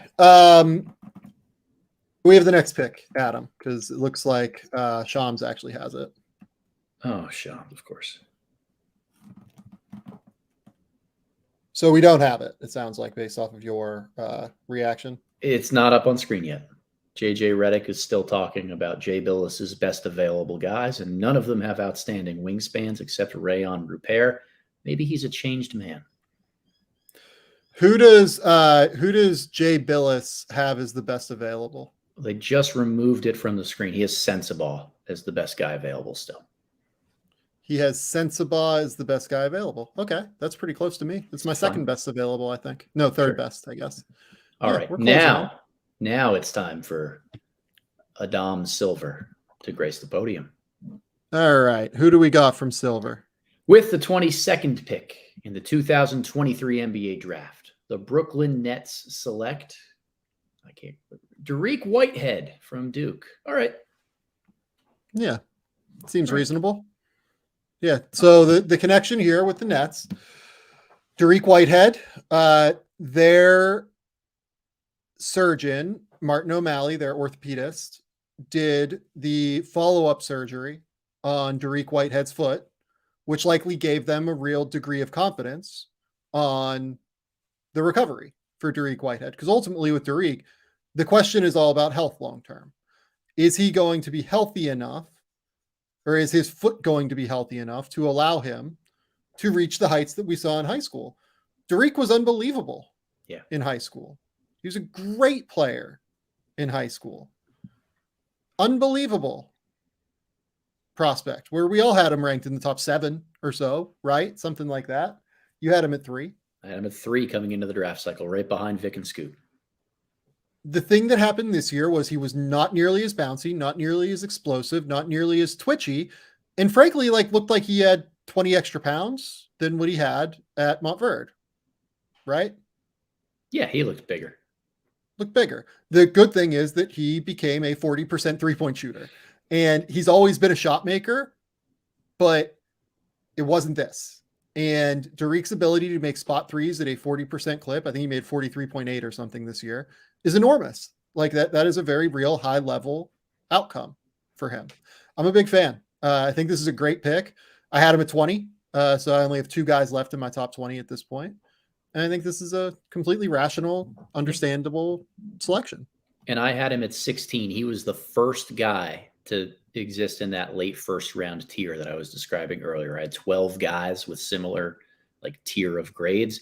Whitehead was always going to be my preference there because I see the upside that he can get back to. If you are comfortable with the medicals, if you do buy into the recovery athletically, then I think that this is going to be a really high level rotation player in the NBA. He's a confident scorer. He's really, really crafty at getting to his spots, not explosive in a ton of different ways, even when he was healthy, but crafty at their combined strength, decent handle, and just a real control over the basketball in space that allowed him to get to his spots. I think he was a little underwhelming as a defender this year at Duke. I think parts of that are athletically related. I think other parts of it are just he's going to need more time and maturity to polish there. Got caught up in some do I switch, do I not switch moments. Athletically, he just didn't look the same this year. And if he can return to form, really good pick for the Nets. Yep. Okay. Do we have another pick here? Well, Portland, the pick is in. Okay. They're on commercial right now. I'm watching some Blu-ray thing on Mario, I think. But this is a fascinating one here, Sam, because we saw Portland pick Scoot at third, and we mentioned the cloud hanging over everything. Do they try to rebuild? Do they try to compete now? Who they take at 23 might tip their hand a little bit as to what they're trying to accomplish. I think that's right. And at the end of the day, I think you just take the best player available. If it's me, you take the best guy on your board. I'm going to be interested to see how you react to this one because I know who it is. Okay. Well, the best player on my board left, now that Cam is gone, is Chris Murray, who I had at 15th. Yep. And I would like that. I would like that fit in Portland because they need more floor spacing. I think you can guard both of the wing positions at the 3 and the 4. I know everybody's hoping for him as Sacramento a pick later to be able to see him and his twin brother next to each other.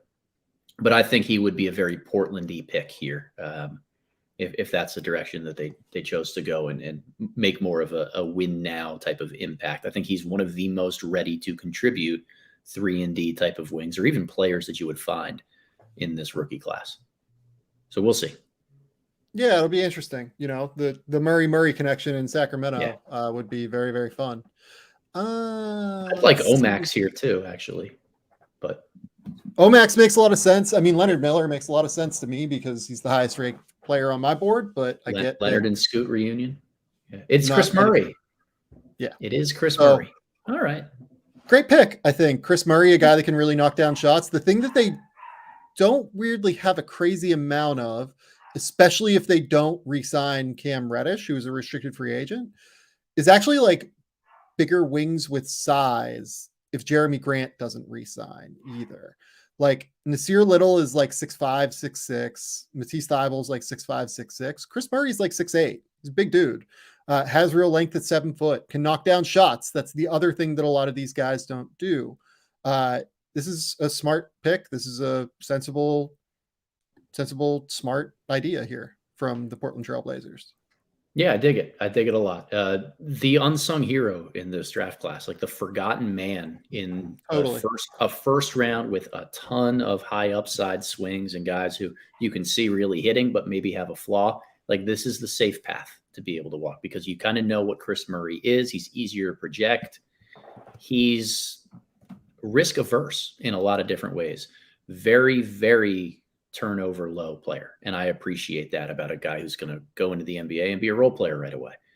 Makes good decisions with the ball in his hands, doesn't force a lot of things, knows who he is, will compete on the defensive end. This is a little bit of a win now pick for Portland. And I dig it. I think that he's a good role player to be able to find in the 20s. Again, I had him at 15 on my board, like right outside of the lottery. I'm trying to go for the surefire role player who I really believe is just always going to be in a rotation. To me, that's Chris Murray. For Portland to get that here, 2 thumbs up. Okay. Zvonimir Berkalo asks, what happened to your attic situation, Sam? Is there a chance a wild animal attacks you during the stream? No, there is not. Having said that, they were very active last night around 2 a.m. When I was finishing up work here on draft day, I guess, in the United States. We had a pest specialist come in and try to get it to where it was under control. And we are awaiting the results of that anxiously, I think is the way to phrase it at this point. The adventure continues for you. Yeah, the top player left on my board is... we don't think it's a possum. We think that like there was an olive tree that was overhanging onto the roof basically next door to us.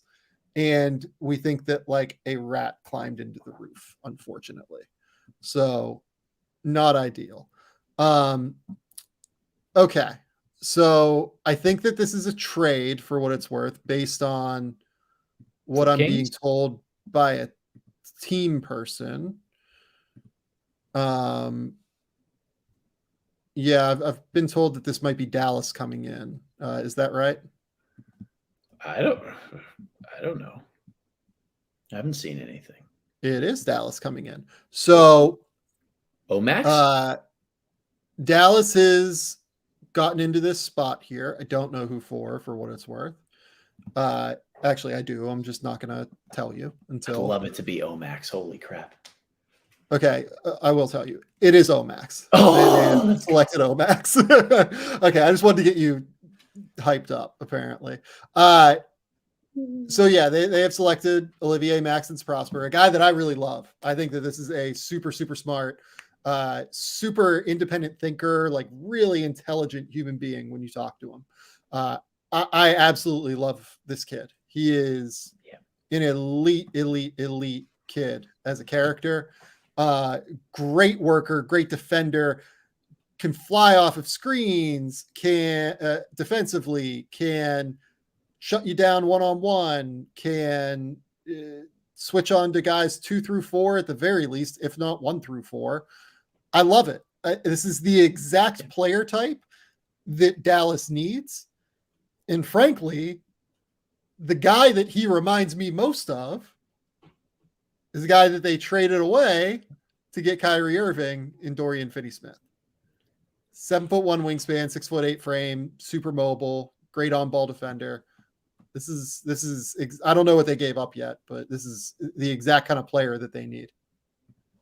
I love Max, and I have turned into a guy who's starting to really value guys who are aware of what their role is before they come into the NBA and have proven that they can thrive in it at the college level. And that is Olivier-Maxence Prosper down to a T.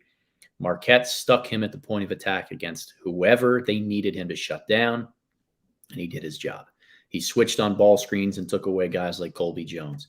He did a great job against Cam Whitmore in space and turned a power driver into a step-back shooter. He even guarded the 5 in some teams playing against Butler, I believe. He had to play the small ball 5 in front of the post a little bit more. Did a really nice job chasing Jordan Hawkins around screens and showed impact, really bothering movement shooters. He can do so many things as a point of attack defender on defense.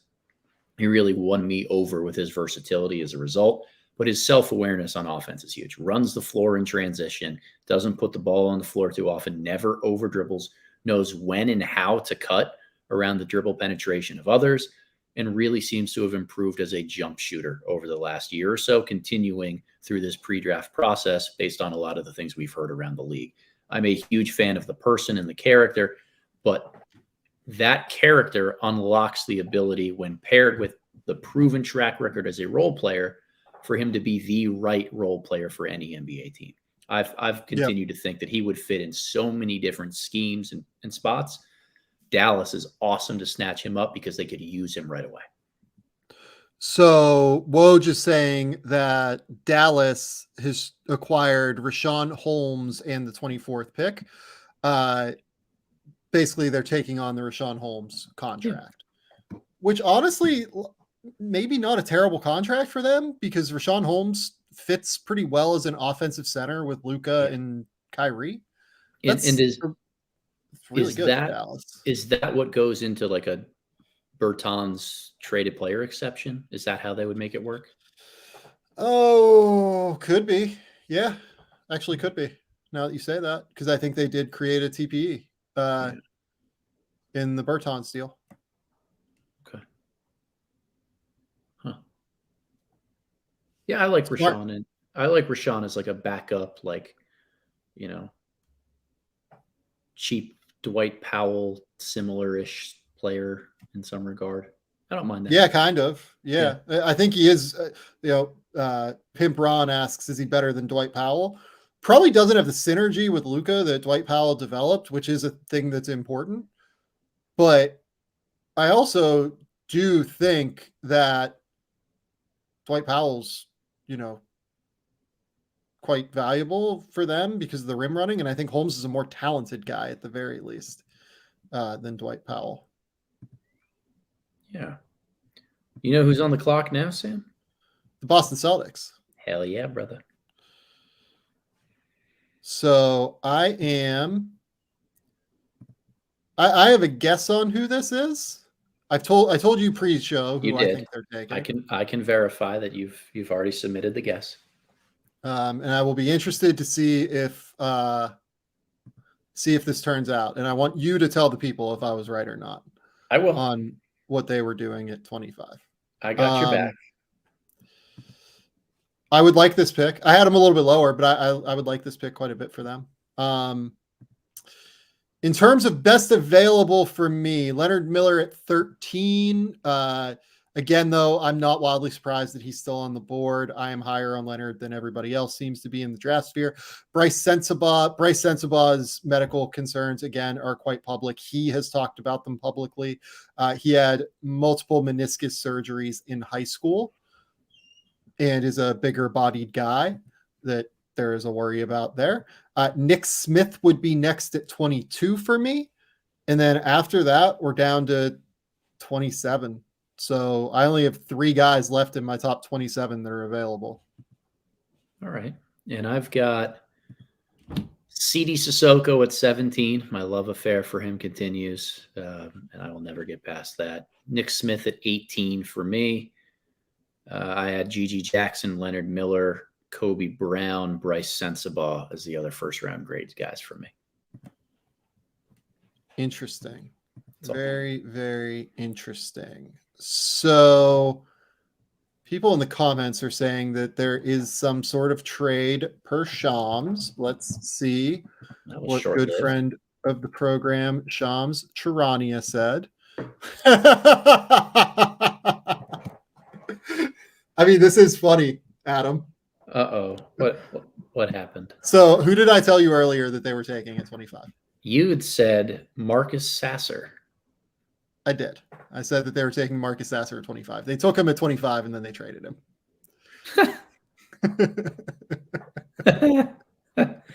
To Detroit. Yeah, 31. So Boston's getting 31. Boston is getting 31, and I would imagine something else. I don't know what, but yeah. I have a vague idea. I'll text you offline on who I think they might take at 31. Sure. So Sasser to Detroit basketball. Yeah. All right. He's a really good shooter. That's the underrated part of Sasser's game. He can really be a valuable catch and shoot threat. I can't remember the number right in front of me, but I think over like 45% on catch and shoot looks the last 2 years. Yep. Really, really good ability to basically be a 3-and-D point guard, right? Like defend and blow things up at the point of attack. Pristine form in how he gets over the top of screens at the point of attack and can use his length and anticipatory skills to bother pull-up shooters or passers. I think an underrated part of getting through screens is having your hands active to be able to deflect passes. Marcus Sasser is tremendous at doing so. So if you have smaller guards that he can defend, he can blow up an offense that's led by one primary initiator and then space the floor effectively next to Cade and Jaden if you decide to play him next to one of the two there. I get it. I'm fine with it. Yeah, I think that it is finally the kind of shooting that we've been begging for. The other thing that Sasser does really well is I don't think that either Cade or Jaden are particularly good as a point of attack defender yet. Yeah. And Ausar is really good at that. But also Sasser is really good at that. And Sasser and Ausar as your combination in Detroit in the backcourt with these guys is awesome. Like, I think it's actually like just awesome. Defensively is an addition. They've added shooting with Sasser and great defensive basketball. This is good. Yeah. I don't know how many coaches are out there listening to the stream tonight, but please, if you're coaching young guards, show them film of Marcus Sasser on defense. Show them how he leg whips around the top of screens, uses his hands, reads the eyes of the guy he's recovering to anticipate whether he's going to pass or shoot. every single aspect of him getting skinny, avoiding contact, blowing things. Show your young point guards Marcus Sasser film. You won't regret it. Yeah, I'm interested to know what else Boston got here. So 31 in future seconds. It's fine. 31 in future seconds to the Pistons. No, that's not right. That can't be right. Yeah, that can't be right. Yeah, I'm guessing Woj just typoed. That's fine. The Milwaukee Bucks have also bought in at 36 with the Magic, for what it's worth. For people keeping up at home, Woj reported that 7 minutes ago that will be occurring. So cool. Smart move. There will be somebody there that is valuable. Yeah, and beyond that, like you and I have talked about the late first to like through the 40th pick range as being one where this is a decent class. And a lot of these expensive payroll teams trying to compete right away need some financial flexibility with their contracts. If you can get value of a role player in the early second round here, that is the key to giving you financial flexibility elsewhere. That's why we've seen Denver continue to trade and maneuver their way into this part of the round. Boston doing so to get 25 in this position and now move back to 31. Milwaukee in here at 36. It makes a lot of sense for these more expensive teams to value those early second round selections more than maybe a couple of the rebuilders. Yeah. Where are we on TV, Adam? We have 2 minutes and 31 seconds listed until the Indiana Pacers selection is no more. Cool. Sitting So we're 26. We got a little bit of time. Yeah, we've got a little bit of time here. Interesting. Yeah. Awesome. Okay. Questions? Anybody questions? Questions from the crowd watching? Let's see here. You're going in timeout. Sorry, man. Yeah. Anybody have questions? I got a quick one for you, Sam. Sure. What do you do if you're the Pacers? You got Jarace at the 4 in the wing position. Do you need more shooting? Do you need I want shooting. More shooting? I'd want shooting. Upside swing? Give me sensible. Sensible makes sense. I've heard a name here already from somebody on the team side. I don't want to say it in case it doesn't come to fruition. It's a person that you would be excited about, I will tell you. Yeah, I'm intrigued to see what happens there. Okay. Well, but I would go shooting and I would go perimeter player, essentially. Yeah. Yeah, I think so too. Yeah, like make it easier for Ben Mathurin, make it easier for Tyrese Halliburton. You know, there are a number of options. Like you could go Nick Smith. You could like the top remaining perimeter shooters on my board are Bryce Sensabaugh, Nick Smith, Ben Shepherd. That's really it. Like those are your three in terms of shooting. Max Lewis, I guess. I'm not a big Max Lewis guy though. So yeah.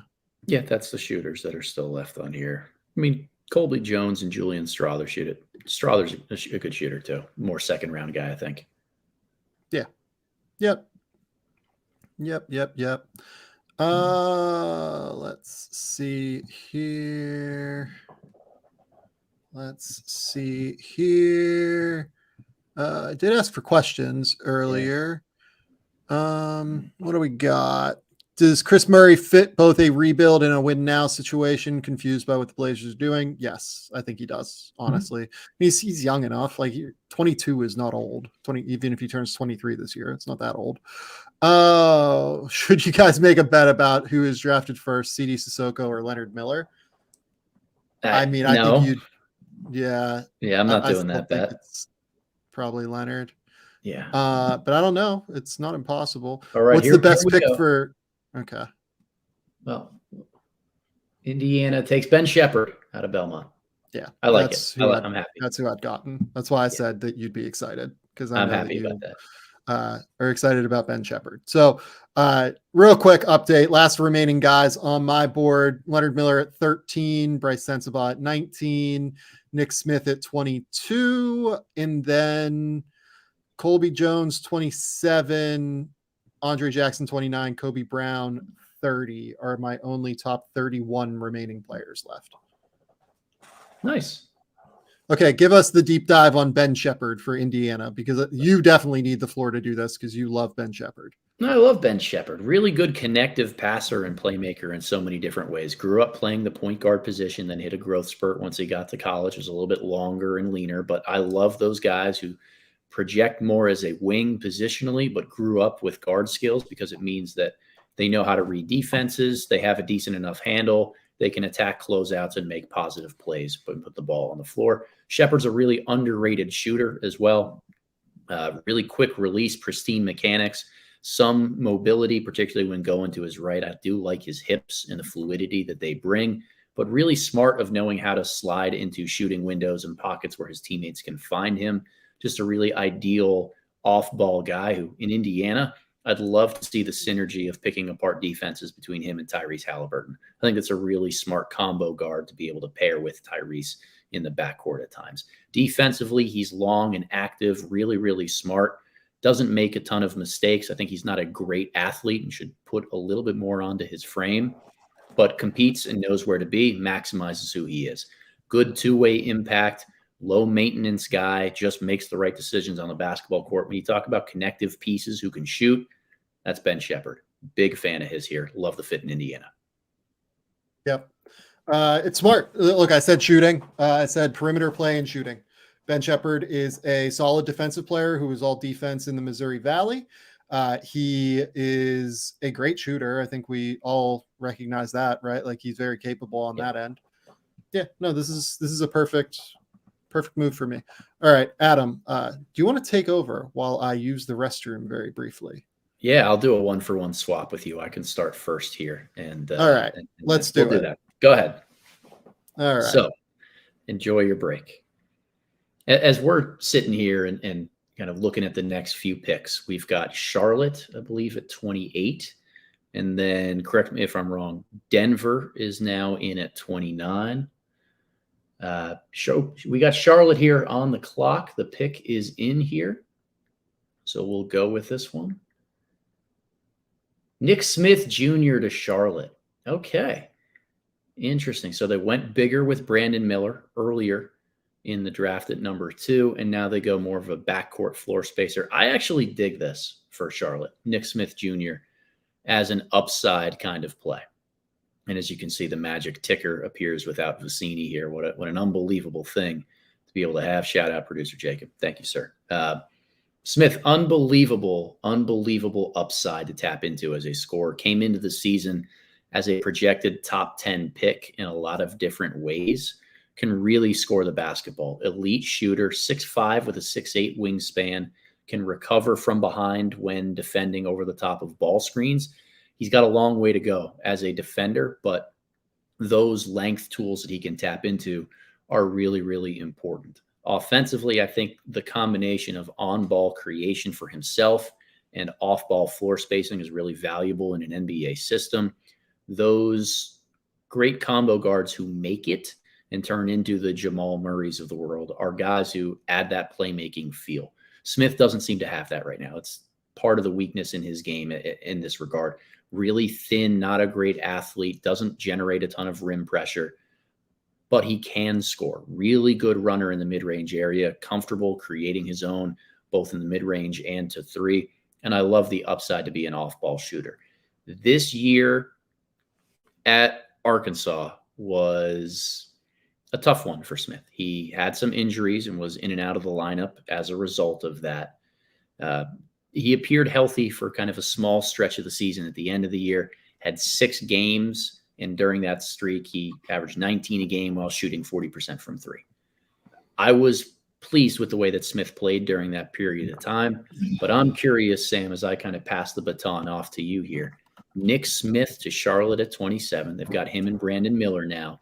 What do you think about the fit and kind of the backcourt synergy between him and LaMelo Ball?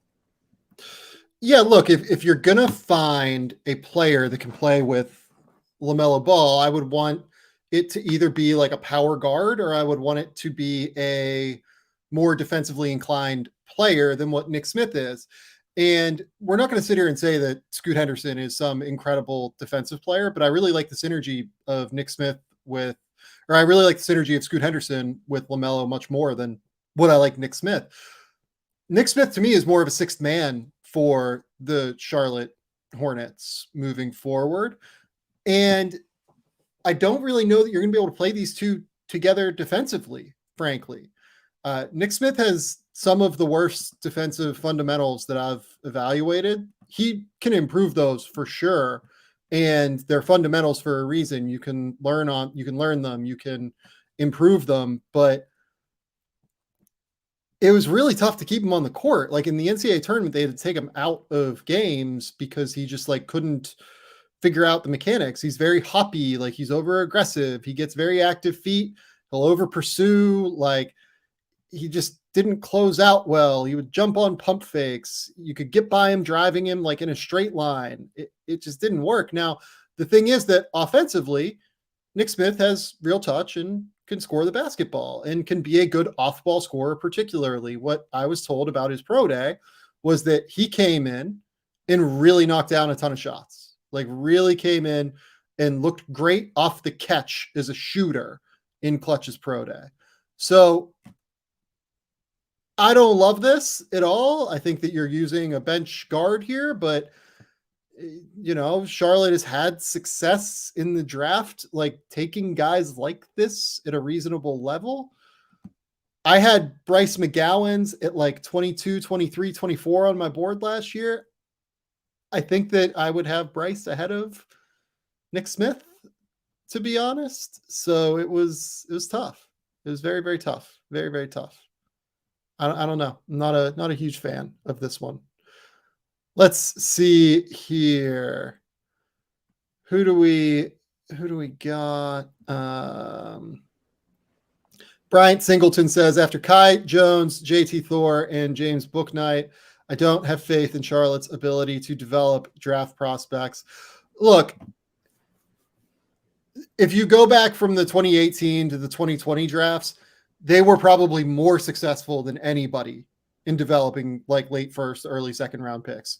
You have Cody Martin, you have Devontae Graham, you have Nick Richards, you have, I think I'm missing like two of them. You have Jalen McDaniels was in that range. Like they have hit on those guys more than just about anybody. Now, the antithesis of what I said about Nick Smith, Spins, even though you didn't hear, was that in my opinion, his defensive fundamentals are so bad that it's going to be really hard to play him with LaMelo Ball.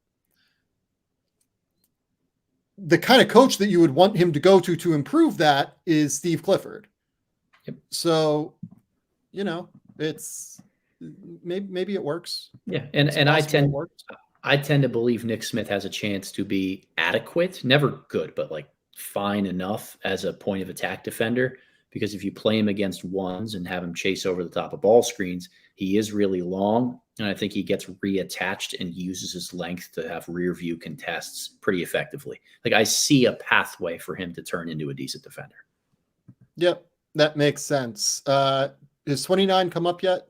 Or 28, I guess. 28 with Utah, right? Or 28. Yeah, they took Sensabaugh. So they have picked, and it's Sensabaugh. Okay, good. So last guy left in my top 20. Oh God, last guy left in my top 26 guys is Sensabaugh. Is Leonard Miller. Yeah. After that Sensabaugh pick, I had Sensabaugh at 19 on my board. Again, I think the only reason he's here is because had multiple meniscus surgeries in high school, and that's just a concern for teams. But at the end of the day, this is a guy that is absolutely an outstanding scorer of the basketball. It is hard to find players that shot like 48, 40, 85 or whatever he shot on the volume that he did, averaging 16 points a game. He's an outstanding mid-range scorer. He's a really good catch and shoot player. Yeah, I just really, really think that he's an excellent, excellent fit here. It's the right gamble for Utah to take. Third first-round pick of the draft. You know there are some concerns, whether it's physically or even on the defensive end. He needs some time. The right type of gamble for Utah to take based on this draft assets that they have, as well as the long-term trajectory of the franchise. Getting shooting wings who can turn into just absolute buckets at the end of the first round, like swing away, my friends. Yep, I think that's right. We also have the next pick here, by the way. I've got a Ford F450 on the screen and no ticker at the bottom. So what are we doing here? Yeah. This is one that I would have. So I had him at like 47. This next pick on my board.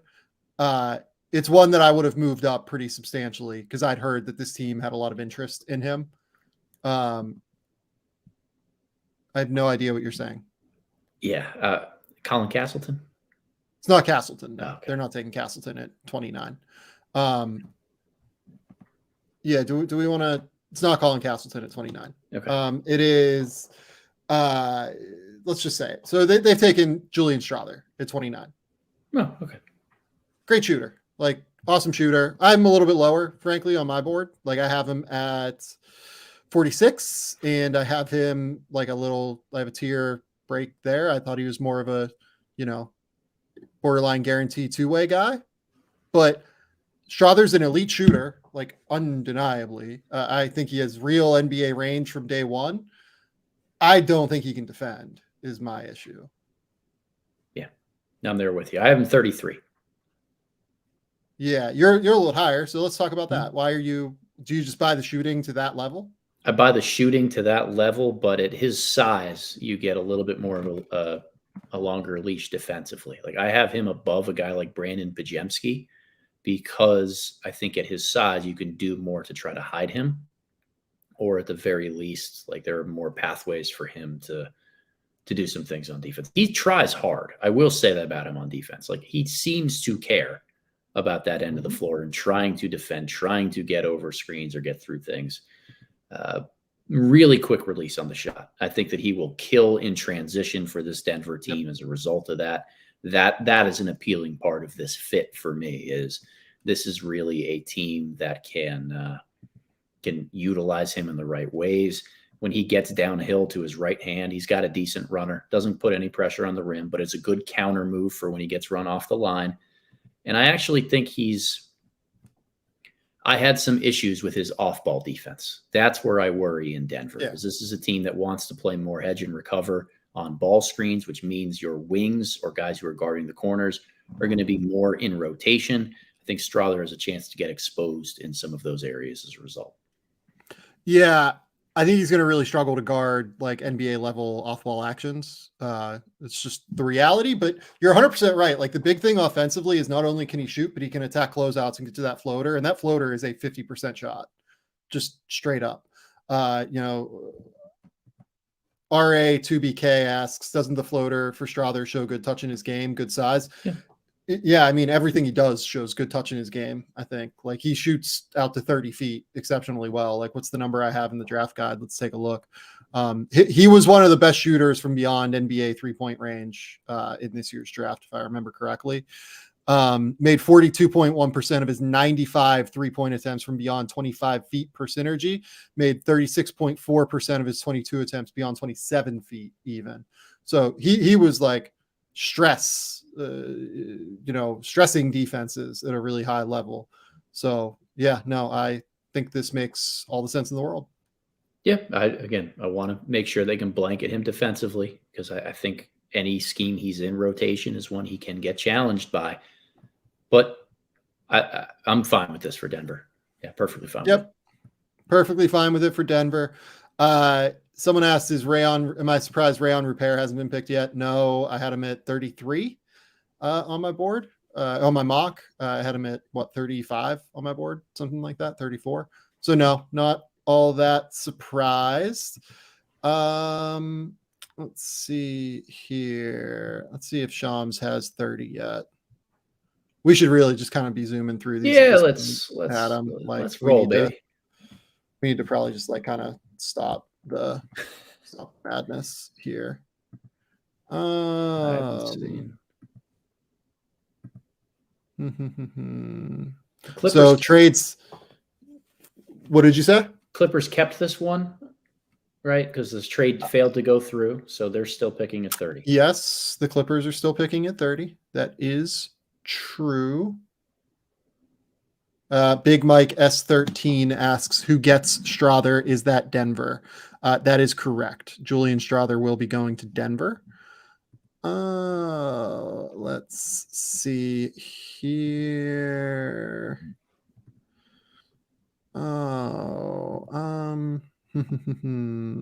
Shams, Shams gotta come through for us one more time, buddy. So second round trades here. We've got Boston sitting at 31. Denver at 32 after the swap with Indiana. Yep. And then 33, we just saw San Antonio trade out of that to Minnesota. Yep.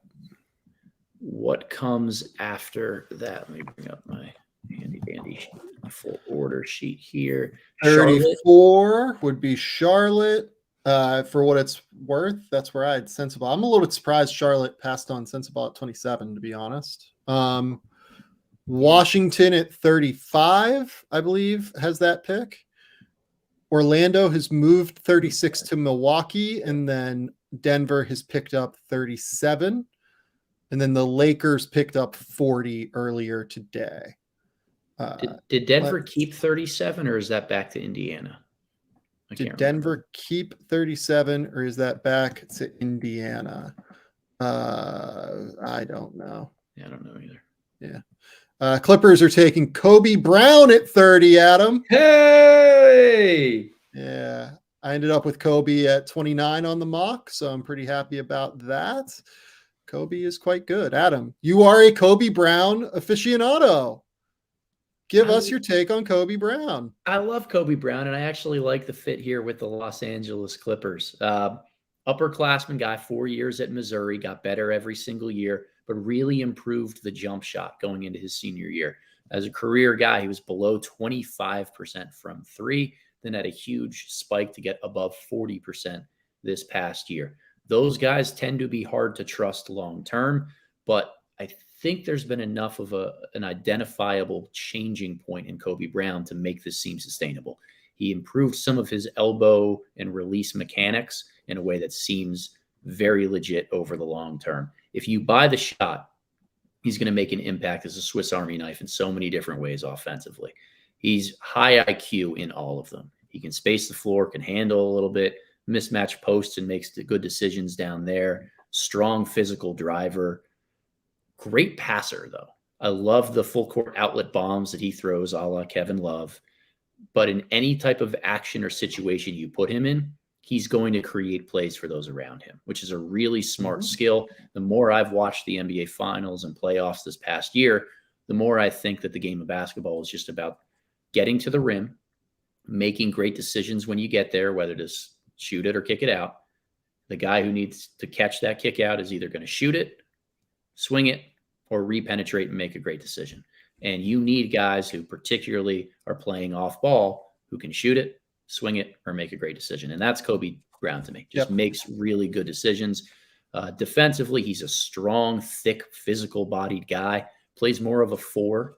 I can see him in the right situation sliding up to a small ball five, but I wouldn't count on that as the reason you draft him. I have a little bit of worry about how he moves his feet on the perimeter, and I think he's overreactive to change of direction moves when guarding at the point of attack. So not the most switchable guy down the lineup, but a very smart, high IQ role player who I ended up having a first-round grade on. Yeah. It looks like I ended up with 28 of my projected 30 in the mock going in the first, which is the only two being Leonard Miller at 23, and then looks like Andre Jackson at 30. The only two that didn't go in the first when I projected them in the first. So I feel good about that. That's pretty solid. Yeah, and given the fact that I didn't update late with some of the stuff, like I frankly probably would have had Strother at 29 after what I'd been told, but I don't. That's stupid. Like it's silly at the end of the day. In terms of my big board, I ended up with, it looks like only Leonard Miller among my top 26 guys did not get picked in the first round. And then Colby Jones and Andre Jackson are my only guys left in my top 31 who didn't get picked. So nice. 28 out of 31, pretty good spot. What did you end up with in terms of your big board spins? Because you're gonna have CD your guy, and then CD is your Leonard, and then who else here? Yeah, so I had 28 overall first round grades. There are 4 guys who have those first round grades who are still available. CD Sissoko clearly being my favorite of the group, but Gigi Jackson, Leonard Miller, and Max Lewis were the other 3. And I had certainly understood coming into this that Gigi, Max, and CD were all guys that were projected to be a little bit more on that first round, second round bubble. Yep. It's going to be, those always going to be tough, right? Oh, no, guys in the comments, stop. Yeah. That's a very nice man that you're making fun of. Great human being. Let's see here. What guy left do you feel can help a team in the playoffs the most next season? CD Sissoko. No, you don't. I do. He's so competitive, Sam. Like, go out there and just don't let him score and use your 3 fouls for 6 minutes. Yeah, but that's not like helpful for an NBA team in the playoffs. Yes, it is. who you gonna go with? What, Julian Phillips? Like at this point, I think I would say see a lot of that. Maybe Colby. I'd say Colby Jones or Andre Jackson would be my pick. One of those two, I think. Andre, I mean, just literally helped the team win a title. He did. Yeah. So the Celtics, by the way, have traded again. They're getting 34 and 39. It looks like per Shams, and then 31 is going to be James Najee, according to Shams. And that would be Charlotte now. Yeah, I promise, guys, we will not be going for the full second round. That's just not going to happen. We're going to kind of like do roundups of these picks as they happen. Najee's fine. I didn't love him when I watched him. You buy the tools, obviously, interesting player in terms of the tools, but I don't know. Not I wanted him to have like more feel, I guess. He's still so young in the game that it felt like it was a pretty substantial project to me. Yeah. How many bigs are the Hornets? Like, how many years in a row is Charlotte going to draft a center? It's a fair question. I mean, you have Nick Richards signed for the next 3 years on like a sweetheart contract for a totally reasonable backup center. They have Mark Williams, who should be their long-term center. Yeah. I guess if you think James Najee is a guy, then you just take him at 31 anyway, right? Yeah, sure. I'm with you. Right. Yeah, I guess. I'm not the biggest fan of that necessarily, but what can you do? Oh, what else? Yeah, Alex, the comments agree with you, Adam. They are not a fan of that. Thanks, comments. I appreciate you. Yeah. Who do you have as value undrafted players this year? So guys that you expect to not be picked. Okay. I like Justin Mutz from Virginia Tech quite a bit, just in terms of the toughness, the high IQ, versatility that he brings to the table. 24 years old and has 2 master's degrees, like really intelligent guy with a competitive streak to him. Landers Nolly from Cincinnati, just as a dead-eye shooter. I think those guys who go undrafted have an easier chance of earning their way onto a roster, or at least sticking once they get there. We'll see if Jalen Slauson ends up getting drafted, but I really like Jalen Slauson out of Furman, just another high IQ basketball player. Yeah, that's kind of where I'm at right now. Who else you got? Undrafted guys that I would target. I mean, if Hunter Tyson goes undrafted, that would be one for me. Let's see here. If Jalen Pickett or Jalen Clark would go undrafted, that'd be one. I mean, Serge Jabari Rice, I just think that guy's a dude on some level. Like, I kind of trust that guy. Then call him Dude Jabari Rice. I love it. There it is. There you go. Let's see here. Jalen Slauson, Craig Porter. I like Jalen Slauson. I like Craig Porter too.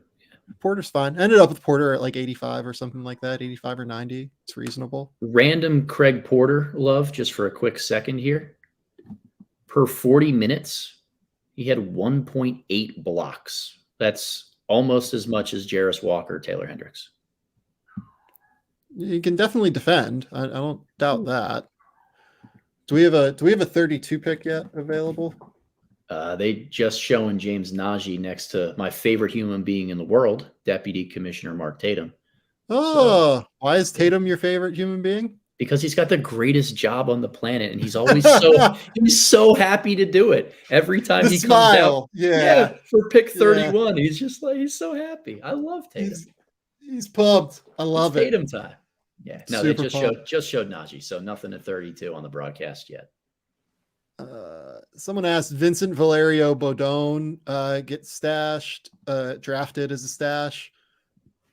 Sure, maybe. Not one of the ones that like is a necessary stash to me, but an intriguing one. Like I would imagine that we kind of mentioned this earlier, but I would imagine that like somebody stashes Vucevic, James Najee, I think is a potential stash. Nikos Rogopopoulos, Nikos, my man Nikos, who played in Turkey this year. My man. My man Nikos. So he shot the shit out of it at Lyft's Pro Day. And I think that he probably ends up getting picked somewhere. Nice. So that'd be my guess. Nadir Heafy is another one that I think might get stashed as well. I can see that. All right, here comes the happiest man on the planet. Not as hard to say Nadir Heafy as it is to say my man Nikos. My man. Yeah. Oh, Jalen Pickett, 32 for Denver. Adam, how long ago did I first float to you that Denver promised Jalen Pickett? Like 2 weeks, I think. Let's see. When is the first reference in my phone to telling people that I think Jalen Pickett was promised? I'm here for it. Booty ball snug screens with Pickett and Jokic. I'm there for it. I believe that I figured it out on June 5th that Denver had promised Jalen Pickett. Yeah, 3. That's all. 2.5 weeks. It makes sense. Yeah. Yeah. That was not ideal work by Denver, I think I would say. But Strother and Pickett? No, it's fun. I mean, look, I don't love Jalen Pickett as the prospect, but like, they made it a little obvious. It felt like. Yeah. We had one of the most productive seasons in college basketball this past year. Like, he was a do-it-all guy at the engine of that Penn State offense that really made a great run throughout the year under Micah Shrewsbury. Shout out, Shrews. Good luck to you at Notre Dame, sir. Interesting NBA prospect, though, because he is so like ball dominant in a lot of different ways and doesn't strike me as a versatile defender either. But booty ball is fun. Yeah, that is something. I'm just like staggered that it was that they took him at 32 on some level. Yeah. So, by the way, Jalen Pickett went ahead of Leonard Miller, which is going to make me lose my mind on some level. And that he's got to be going soon, right? So he just did. He went 33. Leonard Miller. Minnesota takes Leonard Miller. They traded up to get him with, I believe, like 2 second-round picks in the future. This is a home run for Minnesota. Like, there's no reason not to do this. It's a perfect fit next to Karl Towns more than anything else. I don't know how he fits next to Rudy Gobert, but it's a perfect fit next to Karl Towns. Like, this is This is a home run, and I'm getting tired, as you guys can tell, which is why I'm like kind of trailing off here, even though Leonard Miller finally got picked. So we're now through 33 picks. Leonard Miller is picked, and the last remaining players on my board in the first round are Colby Jones and Andre Jackson. Yeah, Leonard Miller, very good at basketball, guy that can grab and go on the break, handle the ball, one of the best finishers in the class, one of the most productive players in the G League to close the year over his last like 15 games or so. Just a tremendous player who's a teenager and is still learning how to play basketball. This is insane to me that he fell to 33. It's a no-brainer to take him here. Yeah, great kid, rocking the shades indoors, which like yellow flag for me. I don't know how I feel about that one, but good for him. Yeah, Minnesota should be a solid spot for him. Yeah. The problem is that we got him and Josh Minot together now. So Penny and I will be fighting over our future, over our sons or past sons of draft in Minnesota. Yeah. Let's see here. Yeah, if you guys want to ask any questions, we'll kind of, now that Leonard has been taken and when CD gets taken, we'll stop for a minute and talk. We'll note the picks as they come, but like ask some questions if you guys Please. want. We're not going to go more than 20 minutes. I can assure you of that, Adam. You don't want to hit the 4-hour mark here? Yeah, I think let's hit 4 and yeah. 3:59:59 would be a dream, I think. Folks, the telethon is still running. Make sure you call the number at the bottom of your screen. Make sure you call the number at the bottom of your screen. That's 1-800-Vecenie. Vecenie. God, what a dream. Okay. Are there any questions that you want answered? Who do we got? Okay. Can you explain to me what the Jazz are doing? Bryce and Keyonte together. Huh? I think they just took talent. Like this is a team that does need offensive talent. Like they have Walker Kessler already inside, and they have Larry Markkinen, who I think they're going to try and build around. And then they took Taylor Hendricks, who's an awesome defender. So why not go offense? Like this makes total sense to me. Look, I have a lower grade on Keyonte, and I certainly wouldn't have taken him at 16. But yeah. Yeah, I think that's exactly right. And when you have a guy like Walker Kessler, it gives you a little bit more wiggle room to take offense first guys on the perimeter. We saw that work with Rudy Gobert in Utah previously. I'm fine with this approach. Yep. Oh, let's see here. I'm not going to do that, Brian Winkle. Do you think Adama Sanogo gets picked? I'll hit the one that you want next. Sure. Yeah. Sano, yes. Yeah, I do. Yeah, I hope so. He's Sano going in the second round. That's a better one. I like that one. There you go. Yeah, it took me a while. Not all Gigi Jackson, what's his deal with teams? I mean, do you remember that report that was like Gigi Jackson is like shutting down like workouts or like is not taking workouts for teams outside the top 20 anymore? Workouts have not gone well for Gigi. I'll leave it at that. Okay.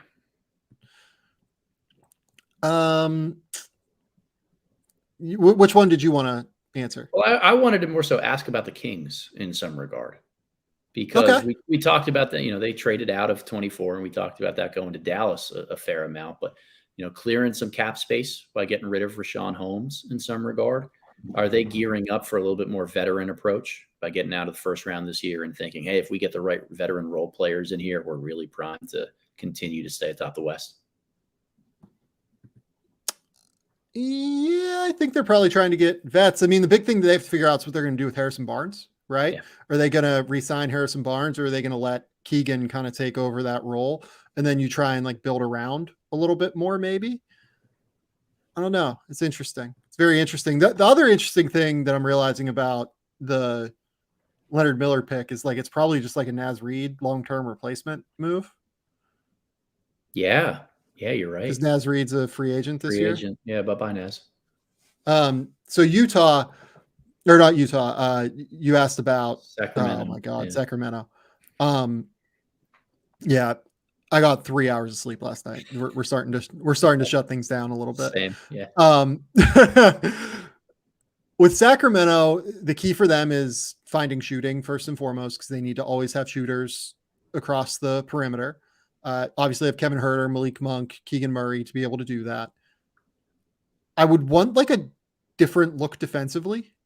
Like I kind of wondered if they would be interested in Noah Clowney, just for that different defensive look than what Domantas Sabonis would be able to give them.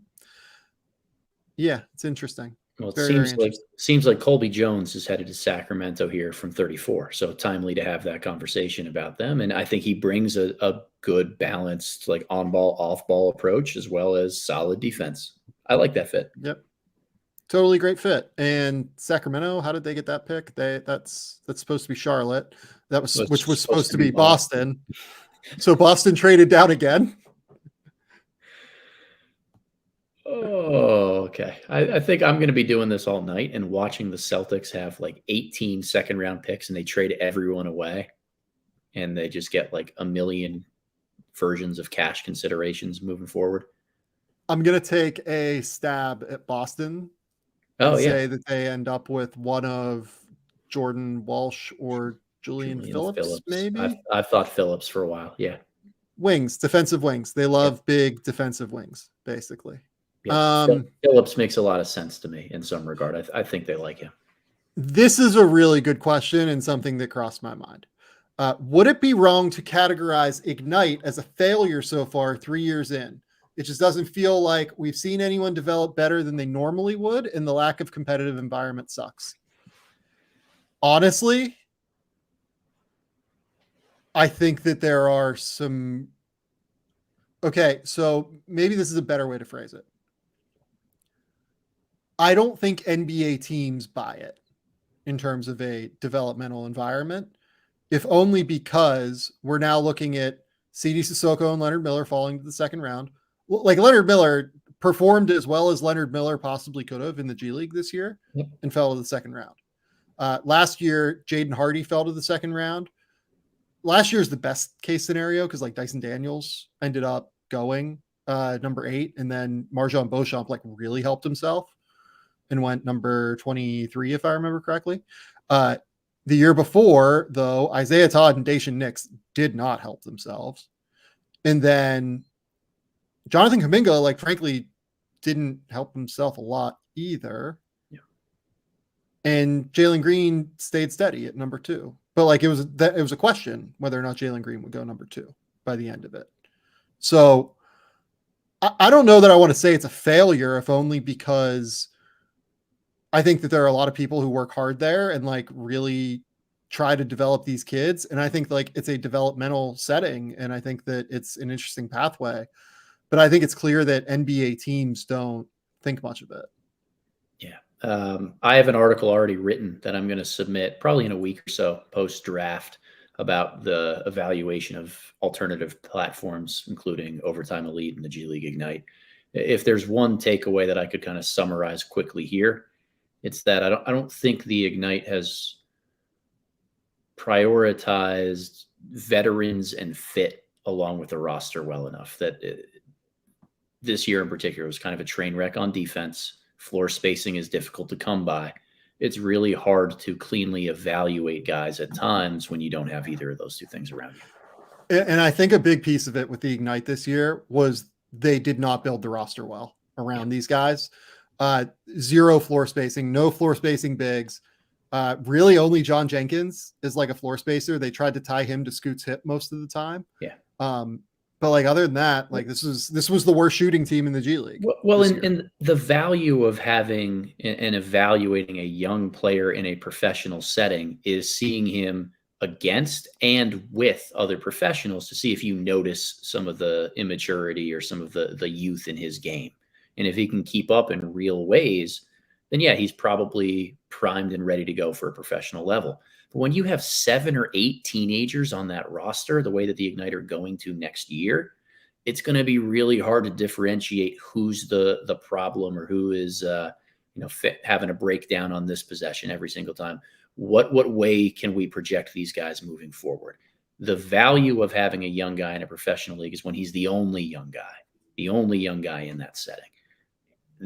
I don't know if it sets anybody up for success when you've got a team of 18, 19-year-olds playing against an entire group of grown men trying to scrap and claw for their contracts. So at 35, the Bulls have traded in and grabbed Julian Phillips. So that's one. Him and Dale and Terry just going to be doing the Spider-Man meme in the locker room next year. Yeah. Skinny defense first, wings that have some questionable jump shots right now that people think will eventually work. I like that for Washington, though.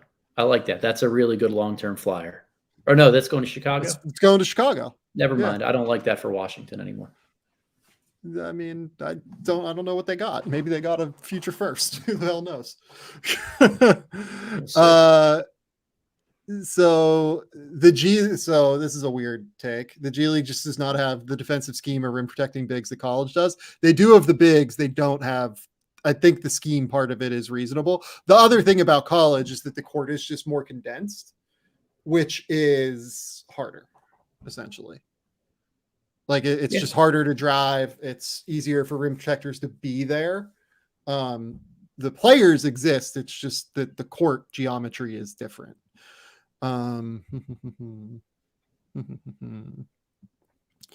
Yeah, let's see. What other questions do we got here? Do we have any more? We have 10 minutes, Adam. I think we're going to call it. Let's make it to 4 hours. Come on, baby. I don't and know remember, if you're still out there on the stream, the number at the bottom of your screen ticking by, please call the support. That's 1-800-Vecenie, 1-800-VECENIE.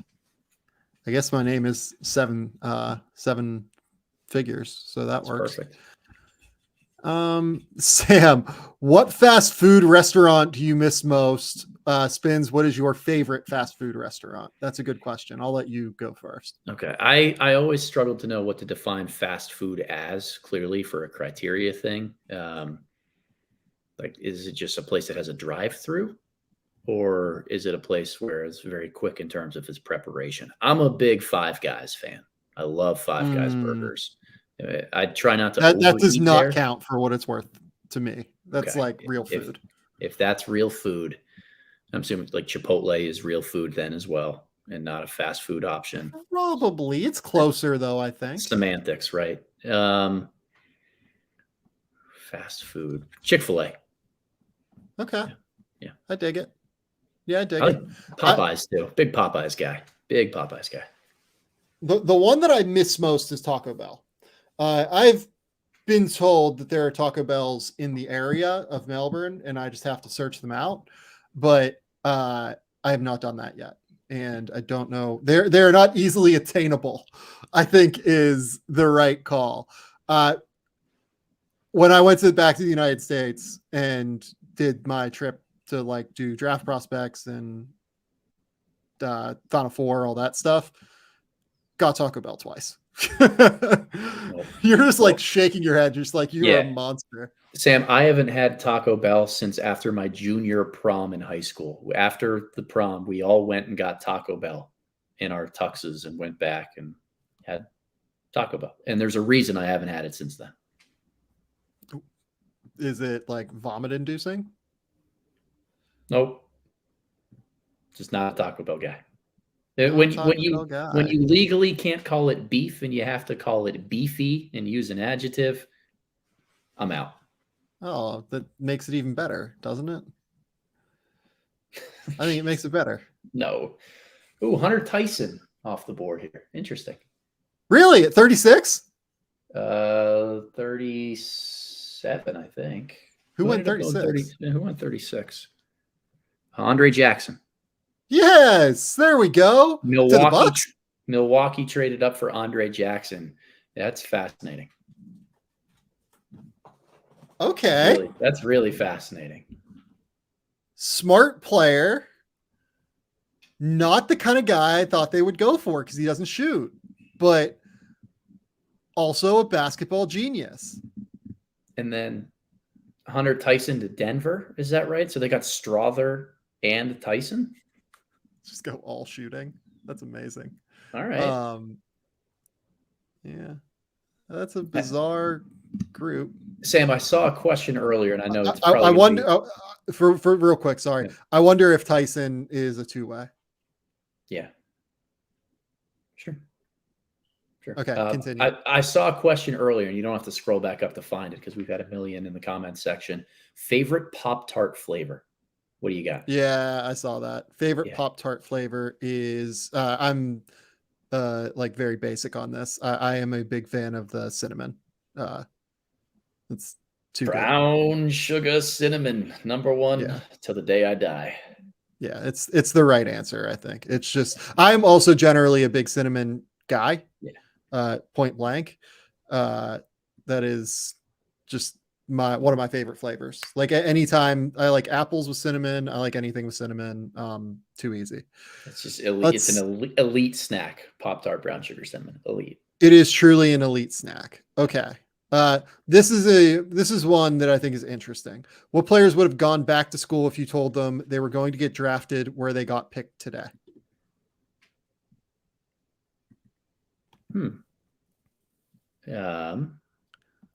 Considering Jordan Walsh is still on the board, maybe Jordan Walsh.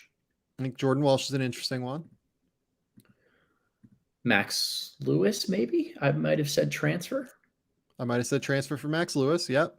GG Jackson, I think, is like undeniably an answer here. GG Jackson is an answer here. I think that's all I got. Here's the interesting one. What do you think about Nick Smith? No, I think he needed to go. I don't think he could. And similarly for GG Jackson, like you can risk it after 1 year and maybe you slide, but 2 years of that similar production in the same flags after a sophomore year, like you can forget about the first round. It's probably true. I think you're right on Nick Smith. Yeah, I don't think that's crazy. Amari Bailey is an interesting one. Yeah, I was never that high on Bailey to begin with, so. Yeah, I'm like 40. Like this is the range for Amari Bailey, I think. Sure. Let's see. Apple pie with cinnamon is elite. Agree. Sure. Vonamir. Agree. Australia is a cinnamon flavored things wasteland. Also largely true. You basically have to like make them on your own. You're kidding me. Yeah, it's not the easiest thing. So Jordan Walsh just got taken by somebody. Who took Jordan Walsh? I don't know who's on the board anymore. Charlotte? I feel like Charlotte. If it's like in answer Charlotte. They're like 18 picks in the first 10 of the second round here. I'm gonna. No, we're up to 38, so it's Boston, right? Because Hunter Tyson went 37, so Boston's at 38 now. So I nailed it. It's Jordan Walsh. Yeah, good, fine, happy with that. Good role player. Yeah. Bye, Grant Williams. Good for me. Yeah. Assuming Boston kept it, well, then bad for me. And then they end up trading it back for 2 picks in the 50s, probably. Watch it happen. Just watch it. Yeah, let's see. Jordan, let's confirm this. Let's see if I'm not making this up. Yeah. Okay. Celtics, Jared's saying they drafted Jordan Walsh. They drafted Jordan Walsh. Yeah. Cool. Yay. Nailed that. I like that. I do have intel sometimes. Let's see here. Wait, hold on. I got to go back to the cinnamon thing. So, like, when you want a cinnamon roll, you just can't like go to the grocery store. They don't sell them. Yeah, you can get like apple scrolls at a place called Baker's Delight. I got one of those yesterday. It was actually pretty good. They have cinnamon in them. Yeah, not too bad. Oh, I can't do that, man. That's my guilty pleasure. So I have 2 things. Like when I go to the mall or an airport or something, I always have to get salted pretzels. That's like I cannot live. Yeah. I cannot walk past a place and smell it and not buy it. And then when I'm in the mood for something sweeter, it's Cinnabon. Like I have a massive hankering for Cinnabon at all times. So here's an interesting question that bounces off of Jeffrey's question here. Okay.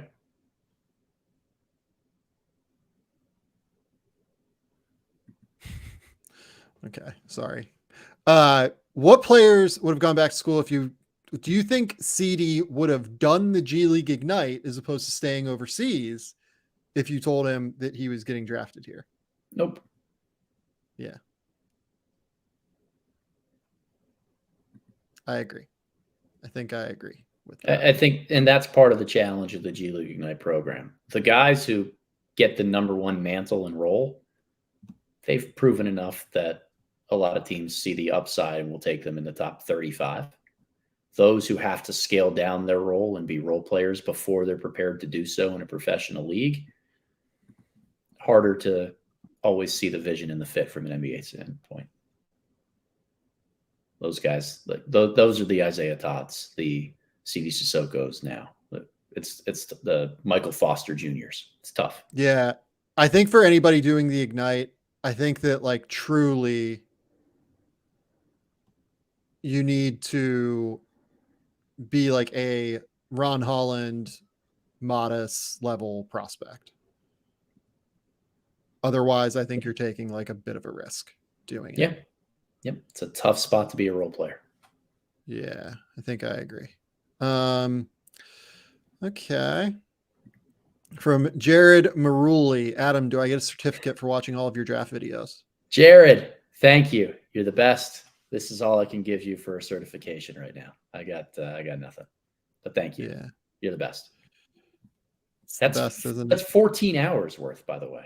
I did the math the other day. I calculated out that 14 hours. You're psycho. Yeah. Luke B asks, Sham says Chris Livingston has a spot in the second round. Clutch calling teams to say, don't pick him. Where is he going? Pacers. Genuinely have no idea. Can't begin to know. Yep. Clutch intel, bro. Yeah. Okay. I think we need to call it, Adam. We're at 4 hours. This is this is where we're at.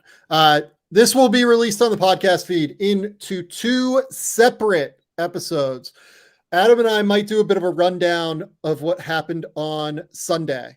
I'll probably make him come back on Sunday in the US, Monday in Australia. We'll do like, I see like Euro Stemjanovic asking for a grade on the Nuggets picks. We might do like draft grades or something on that episode.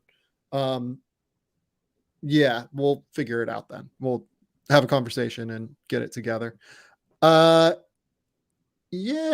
that's all I've got. Thank you all for listening. Thank you all for joining us. This was really fun, really engaging. You guys were awesome in terms of asking questions.